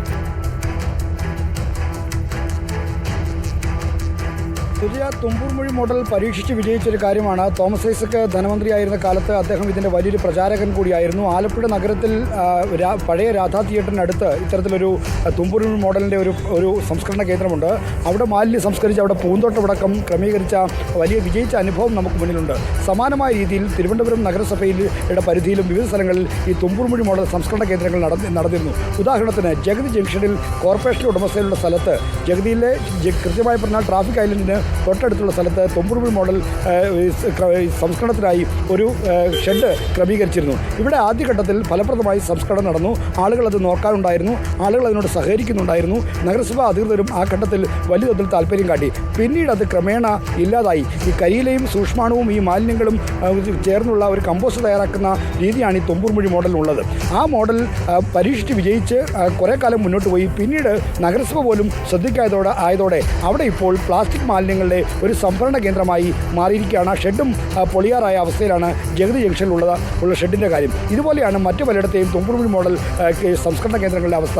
അത്തരത്തിൽ നമുക്ക് ഒരു ലിസ്റ്റ് ഞാൻ വായിക്കാം. അതായത് ഈ നഗരത്തിൽ നമ്മുടെ ഈ തിരുവനന്തപുരത്തെ അടക്കം നഗരമാലിന്യങ്ങൾ സംസ്കരിക്കുന്നതുമായി ബന്ധപ്പെട്ട് എത്ര പ്രധാനപ്പെട്ട വകുപ്പുകൾ പ്രവർത്തിക്കുന്നുണ്ട് എന്ന കാര്യം ഞാൻ വായിക്കാം. 1. നഗരസഭയുടെ വകുപ്പുകൾ. 2. Suchitwa mission, Haritha Kerala mission, Kudumbashree Haritha Karmasena, clean Kerala company limited, Kerala state waste management project, Amrut mission, impact Kerala limited, pollution control board, environment department, Kerala environmental infra limited, KSIDC വക ഈ PPPകൾ, ഈ കൂടാതെ റെയിൽവേയും ഒക്കെ ഈ സംസ്കരണ രംഗത്തുണ്ട്. പക്ഷേ ഈ എല്ലായിടത്തും വെള്ളമുണ്ട്, കുടിക്കാൻ ഒരു തുള്ളിയില്ല എന്ന് പറയുന്നത് പോലെയാണ് അവസ്ഥ. പദ്ധതികൾ, സംവിധാനങ്ങൾ, ഏജൻസികളൊക്കെ ധാരാളമുണ്ട്. പക്ഷേ മാലിന്യ നീക്കത്തിൻ്റെ കാര്യത്തിൽ ഇപ്പോഴും പഴയ അവസ്ഥ തന്നെയാണ്. അക്കാര്യത്തിൽ നഗരവാസികൾക്കുള്ള ഉത്തരവാദിത്വം മറന്നുകൊണ്ടല്ല നമ്മൾ ഈ പറയുന്നത്. എന്നാൽ എല്ലാവർക്കും ഇക്കാര്യത്തിൽ ഉത്തരവാദിത്വമുണ്ട്. ഏജൻസികളുടെയോ നിയമത്തിൻ്റെയോ അഭാവമല്ല, ഈ നടത്തിപ്പിലെ പോരായ്മകൾ തന്നെയാണ് ഈ കാര്യത്തിലുള്ള ഏറ്റവും പ്രധാനപ്പെട്ട പിഴവായി ഈ ഘട്ടത്തിൽ ചൂണ്ടിക്കാണിക്കാൻ കഴിയുന്നത്.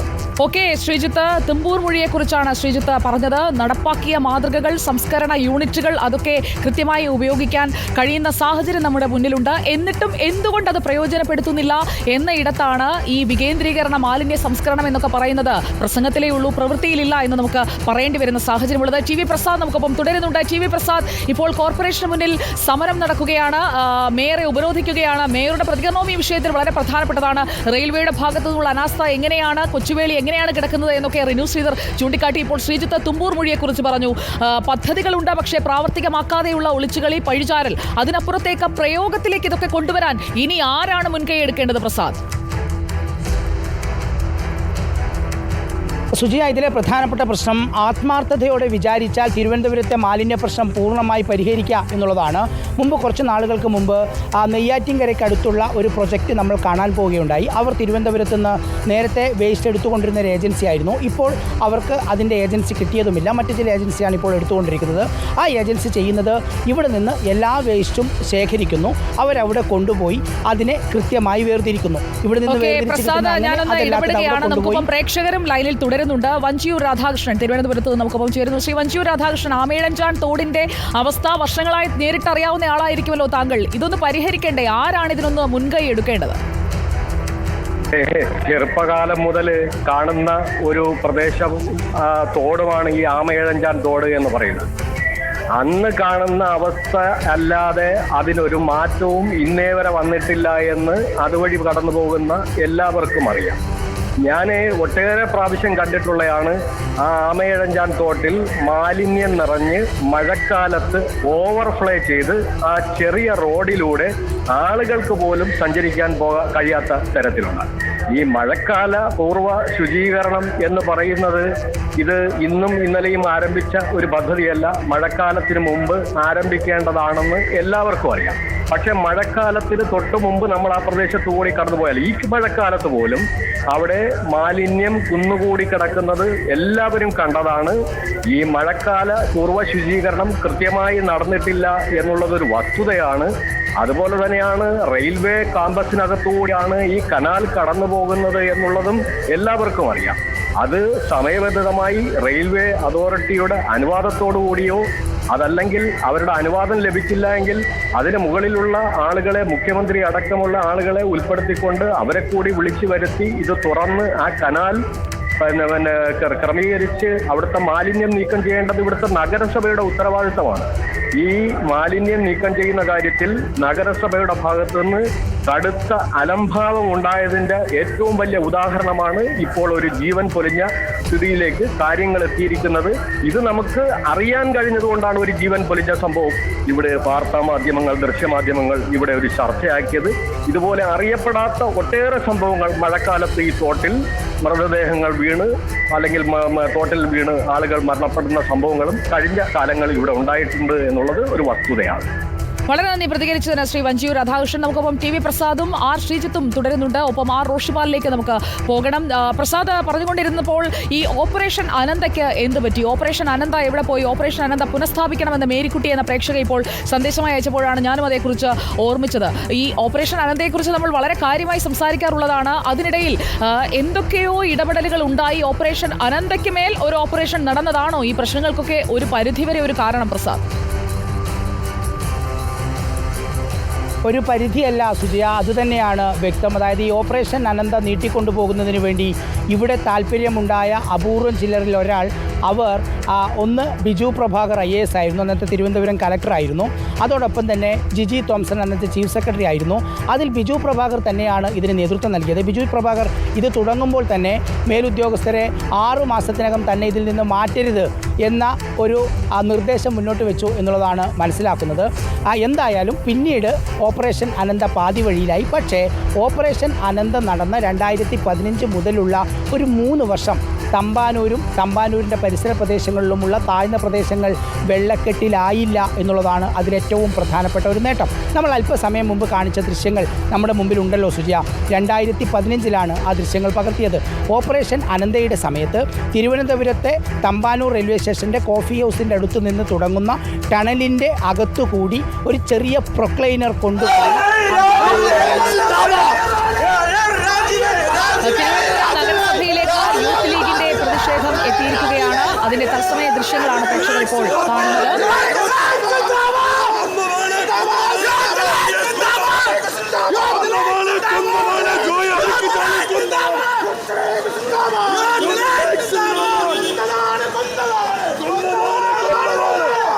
നഗരസഭയുടെ പ്രധാന ഗേറ്റിന് മുന്നിലാണ് യൂത്ത് ലീഗ് പ്രവർത്തകർ പ്രതിഷേധം നടത്തിയത്. അതിനുശേഷം അവർ തള്ളിക്കയറാൻ ശ്രമിച്ചപ്പോഴാണ് യൂത്ത് ലീഗ് പ്രവർത്തകരെ പിടിച്ചു മാറ്റുന്നത്. നഗരസഭയുടെ പ്രധാന കവാടത്തിൽ BJPയുടെ കൗൺസിലർമാരുടെ സമരം, പുറത്ത് പ്രധാന ഗേറ്റിന് വെളിയിലാണ് യൂത്ത് ലീഗിന്റെ സമരം നടന്നത്.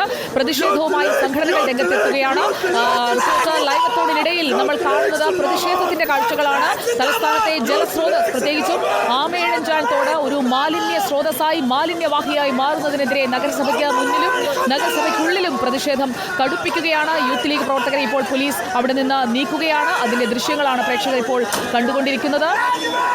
നഗരസഭയ്ക്ക് മുന്നിൽ നടക്കുന്ന പ്രതിഷേധത്തിന്റെ വിവരങ്ങൾ അഷിൻ ഡിയാഗോ നൽകും. അഷിൻ ഡിയാഗോ, യൂത്ത് ലീഗ് പ്രവർത്തകർ പ്രധാന ഗേറ്റ് ഉപരോധിക്കുകയായിരുന്നു. അവരെ പൂർണ്ണമായും അവിടെ നിന്ന് അറസ്റ്റ് ചെയ്ത് നീക്കിയോ?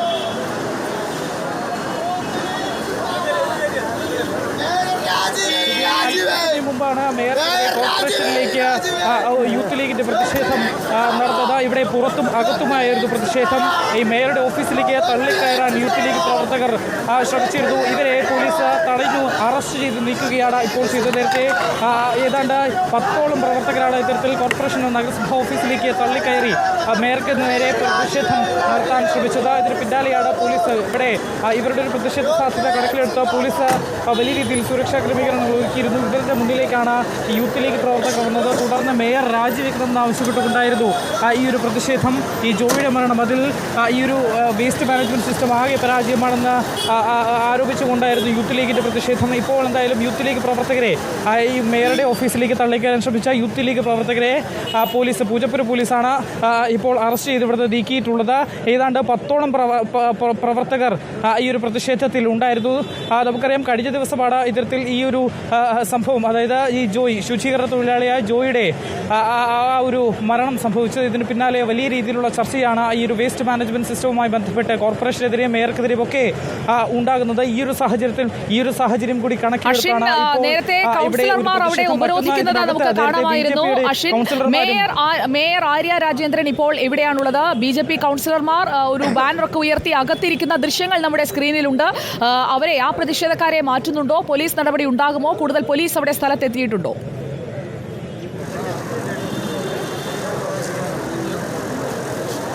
സുജിയ, നിലവിൽ ഇവിടെ കോർപ്പറേഷനിൽ ഇപ്പോൾ പോലീസിൻ്റെ ശക്തമായൊരു സുരക്ഷയാണ്. നമുക്ക് ദൃശ്യങ്ങളിൽ തന്നെ കാണാം. വനിതാ പോലീസ് അടക്കം ഇവിടെ വലിയ രീതിയിലുള്ള ഒരു പോലീസിൻ്റെ സുരക്ഷയാണ് ഒരുക്കിയിട്ടുള്ളത്. ഇതിനിടയിലേക്കാണ് ഇപ്പോൾ ഈ മേയർക്കെതിരെയുള്ള പ്രതിഷേധവും നടക്കുന്നത്. മേയറുടെ ഓഫീസിന് മുന്നിൽ BJP കൗൺസിലർമാരടക്കം കുത്തിയിരുന്ന് പ്രതിഷേധിക്കുന്നുണ്ട്. പക്ഷേ മേയർ ഇവിടെ ഇല്ല എന്നാണ് നമുക്ക് മനസ്സിലാക്കാൻ സാധിക്കുന്നത്. പക്ഷേ എങ്കിലും ഈ ഒരു പ്രതിഷേധവും ഇപ്പോൾ നഗരസഭയ്ക്കുള്ളിലേക്കും എത്തിയിരിക്കുന്നു. അകത്തും പുറത്തുമായി പ്രതിഷേധം നടക്കുന്നു. മേയറുടെ രാജി തന്നെയാണ് ഏവരുടെയും ആവശ്യം.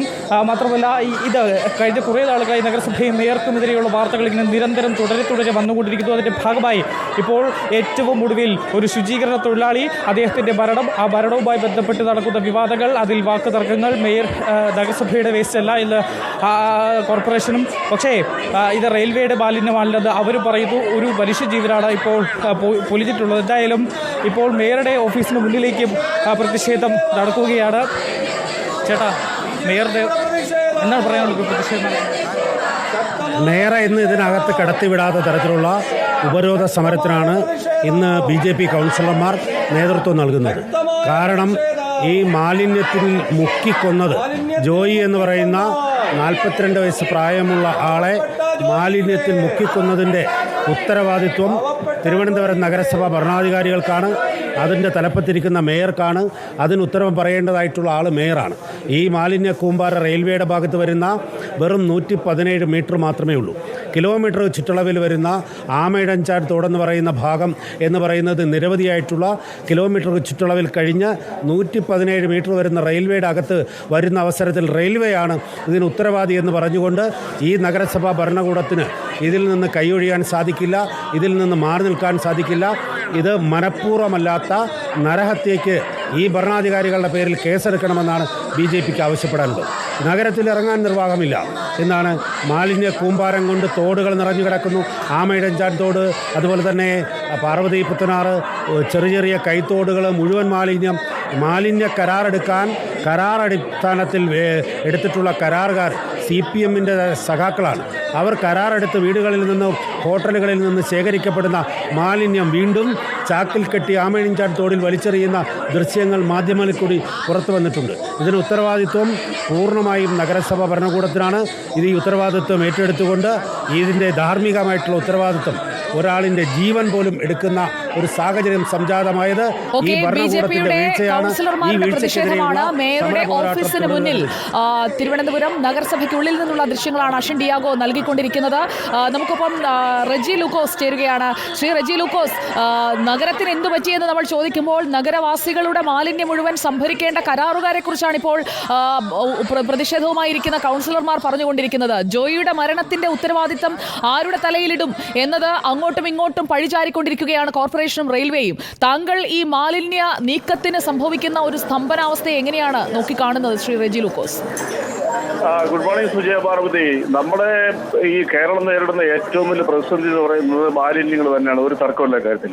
പരിഷ്കൃത സമൂഹത്തിന് അപമാനമായ രീതിയിൽ തന്നെ കേരളം എന്ന് പറഞ്ഞ സുന്ദര നാട് ഇന്ന് ലോകത്തിന് മുമ്പിൽ മാലിന്യ കൂമ്പാരത്താലും ചോദ്യം ചെയ്യപ്പെടുക. എനിക്കൊരു വലിയൊരു അനുഭവം ഉണ്ട്. അത് പങ്കുവയ്ക്കാനോട് കൂടിയാണ് ഞാൻ ഈ അവസരത്തിൽ ഉപയോഗിക്കുന്നത്. 2018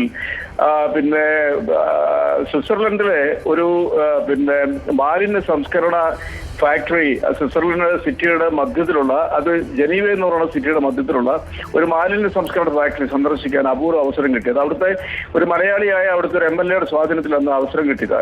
അവിടെ ഒരു നദിയുടെ തീരത്തുള്ള ഈ മാലിന്യ പ്ലാന്റ്, ലോകത്തിൽ എല്ലായിടത്തും ഇന്ന് അത്തരം പ്ലാന്റുകളാണ്. അവിടെ നമ്മുടെ ഈ മാലിന്യങ്ങൾ സംസ്കരിച്ച് മാലിന്യങ്ങൾ വിവിധ രീതിയിലേക്ക് തരംതിരിച്ച് അതിനെ ബേൺ ചെയ്ത് അതിന് ബാലൻസ് വരുന്ന ഇതുകൊണ്ട് ബ്രിക്സ്, അതുപോലെ തന്നെ ജൈവവളങ്ങൾ, അങ്ങനെയുള്ള സാധനങ്ങളൊക്കെ ഉത്പാദിപ്പിക്കും. രണ്ടാമത്തെ കാര്യം എന്ന് വെച്ചാൽ ഈ മാലിന്യങ്ങൾ കളക്ട് ചെയ്യുന്ന വീട്ടുകാർക്ക് തന്നെ പൈസ അങ്ങോട്ട് കൊടുക്കും. ഇത് കേരളത്തിൽ ആ ജനീവ സർക്കാരിനെ കൊണ്ട് ഞങ്ങളന്ന് അവിടുന്ന് ഒരു പ്രപ്പോസൽ അയപ്പിച്ചു. ജനീവ മുനിസിപ്പൽ കോർപ്പറേഷനെ കൊണ്ട് തന്നെ കേരള സർക്കാരിന് പ്രപ്പോസൽ അയപ്പിച്ചു. കേരളത്തിലെ ഒരു മുൻനിര മാധ്യമത്തിന്റെ സൺഡേ സപ്ലിമെന്റിൽ 2 പേജ് ഞാൻ ഇതിനെക്കുറിച്ച്, ഈ പ്ലാന്റ് സന്ദർശനത്തെ കുറിച്ച് എഴുതുകയും ചെയ്തു. സർക്കാർ വളരെ ഗൗരവത്തിൽ അത് മുന്നോട്ട് പോയി. അത് വലിയ വാർത്തയായിരുന്നു, നിയമസഭയിൽ വരും ചർച്ചയായി. പക്ഷേ നമ്മുടെ നാട്ടിലെ ജനങ്ങൾ തന്നെ അതിനെ എതിർത്തു. അപ്പൊ കേരളത്തിലെ പൊതുസമൂഹമാണ് ഈ മാലിന്യ സംസ്കരണം ഈ രീതിയിലേക്ക് തകർക്കാനുള്ള കാരണത്തിന്റെ ഉത്തരവാദിത്വം നമ്മൾ തന്നെയാണ്. അത് നമ്മളൊന്ന് ആലോചിച്ച് നോക്കിയേ. ആരോഗ്യമുള്ളൊരു ജനതയ്ക്ക് വേണ്ടിയിട്ട് ഏറ്റവും കൂടുതൽ പ്രാബല്യത്തിൽ വരുത്തേണ്ട പദ്ധതികൾ എന്താ? മാലിന്യ സംസ്കരണമാണ്. മാലിന്യം സംസ്കരിക്കാത്തതിന്റെ പേര് തന്നെയാണ് കേരളത്തിൽ എല്ലാ സാംക്രമിക രോഗങ്ങളുടെയും തടവറയായിട്ട് കേരളം മാറിയിരിക്കുന്നു.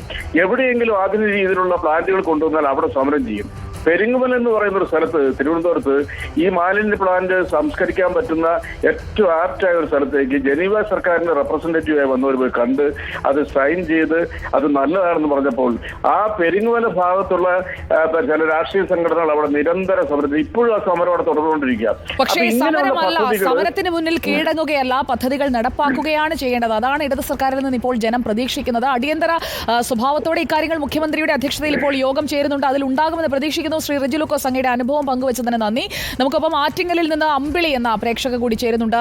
ശ്രീമതി അമ്പിളി, പറഞ്ഞോളൂ. ആറ്റിങ്ങൽ ആണെങ്കിലും തിരുവനന്തപുരത്തേക്ക് വരുമ്പോഴും പോകുമ്പോഴും ഒക്കെ ഈ മാലിന്യം കണ്ട് മൂക്കുപൊത്തിയിട്ടുള്ള ആളായിരിക്കുമല്ലോ അല്ലേ? തീർച്ചയായിട്ടും അതുവഴി കടന്നു പോകുമ്പോൾ നമുക്ക് മൂക്ക് പൊത്താനേ പറ്റുന്നുള്ളൂ. പക്ഷെ നമ്മളെ പോലുള്ളവർ തന്നെയാണ് ആ വേസ്റ്റ് കൊണ്ടുവന്ന് അവിടെ ഇടുന്നതും. അവർ ചിന്തിക്കുന്നില്ല, അവർ സകലം വളർന്നു വരുന്നതാണ്. നമ്മളോ നശിക്കുന്നു, നമ്മുടെ മക്കളെ കൂടി നശിപ്പിക്കുന്നു എന്നുള്ളത്, അല്ലെങ്കിൽ മറ്റുള്ള മക്കളെ നശിപ്പിക്കുന്നു എന്നുള്ളൊരു ചിന്ത അവരുടെ മനസ്സിൽ ഇന്നുവരെ ഉണ്ടാവുന്നില്ല. അതിനെ കൂടി എനിക്ക് പറയാനുള്ളതെന്ന് വെച്ചാൽ, നമുക്ക് ആ വേസ്റ്റ് നീക്കം ചെയ്യാൻ കഴിയുകയാണെങ്കിൽ, ഞാനും ഒരു സാമ്പത്തിക അവസ്ഥയിലുള്ള ഒരാളല്ല, ശരിക്കും വിൽപ്പനയ്ക്ക് എനിക്ക് കണ്ടപ്പോൾ ആ ഉയർന്ന ഉദ്യോഗസ്ഥരുടെ സ്ഥാനത്തുള്ളവർ ശമ്പളം പറ്റുന്നു ഒക്കെ പറയാറുണ്ട്. പക്ഷെ അവർ ആ മാലിന്യം അവരുടെ തലയ്ക്കും വായിക്കകത്തും പോകുന്നത് അതിന് തുല്യമായിട്ടാണ് അവരത് ചെയ്യുന്നത്. അതുപോലെ ആ മാലിന്യം നീക്കിക്കഴിഞ്ഞാൽ ഉത്തരവാദിത്തമുള്ളവർക്ക് ചെയ്യാനുള്ള ക്യാമറ അവിടെ പ്രതിഷ്ഠിച്ച് വച്ചിട്ട് ഈ ഇടുന്നവര് വലുപ്പച്ചെറുപ്പം നോക്കാതെ ആര് മാലിന്യം നിഷേധിക്കുന്നെങ്കിലും അവരെ കൊണ്ട് തന്നെ അതവിടെ ക്ലീൻ ചെയ്യിക്കാനുള്ള ഒരു നിയമം ഉണ്ടായാൽ കുറച്ചൊക്കെ നമുക്ക് മാറ്റം വരാൻ പറ്റും. വളരെ നന്ദി പ്രതികരിച്ചതിന്. ആറ്റിങ്ങലിൽ നിന്നാണ് അമ്പിളി എന്ന പ്രേക്ഷക. ഇതിനൊരു പരിഹാരം ഉണ്ടാക്കാനുള്ള ഒരു നിർദ്ദേശമാണ് മുന്നോട്ട് വെച്ചത്. നമുക്കും ഉത്തരവാദിത്തമുണ്ട്, ഒപ്പം അധികൃതർക്കും ഉത്തരവാദിത്തമുണ്ട്. അത് ഭരണ പ്രതിപക്ഷ വ്യത്യാസമില്ലാതെ പൊതു ഉത്തരവാദിത്തമായി കാണുമ്പോഴാണ് ഓരോ ദൗത്യവും വിജയിക്കുന്നത്. ഭരണപക്ഷം കൊണ്ടുവരുന്ന പ്രോജക്റ്റിനെ പ്രതിപക്ഷം തുരങ്കം വയ്ക്കാൻ നോക്കിക്കഴിഞ്ഞാൽ എങ്ങനെയാണത് പൂർത്തിയാക്കാനും സക്സസ്ഫുള്ളായി ഒരു കംപ്ലീഷൻ ലെവലിലേക്ക് എത്തിക്കാനും കഴിയുക എന്ന ചോദ്യം അവിടെ നിൽക്കുകയാണ്. ആർ ശ്രീജിത്ത് നമുക്കൊപ്പം ഉണ്ട്. ആർ ശ്രീജിത്ത്, നമ്മൾ ഈ ലൈവ് തോണിലൂടെ എന്താണ് ആമയിഴഞ്ചാൻ തോട്ടിന്റെ ഇപ്പോഴത്തെ അവസ്ഥ, അതോടൊപ്പം തന്നെ പാർവതി പുത്തനാർ വൃത്തിയാക്കേണ്ടതിന്റെ ആവശ്യകത, അതെല്ലാം നമ്മൾ പറഞ്ഞു പോവുകയാണ്. പലയിടങ്ങളിലായി പല പ്രശ്നങ്ങൾ കിടക്കുകയാണ്. പ്രതിഷേധം ഒരു ഭാഗത്ത് നടക്കുന്നുണ്ട്.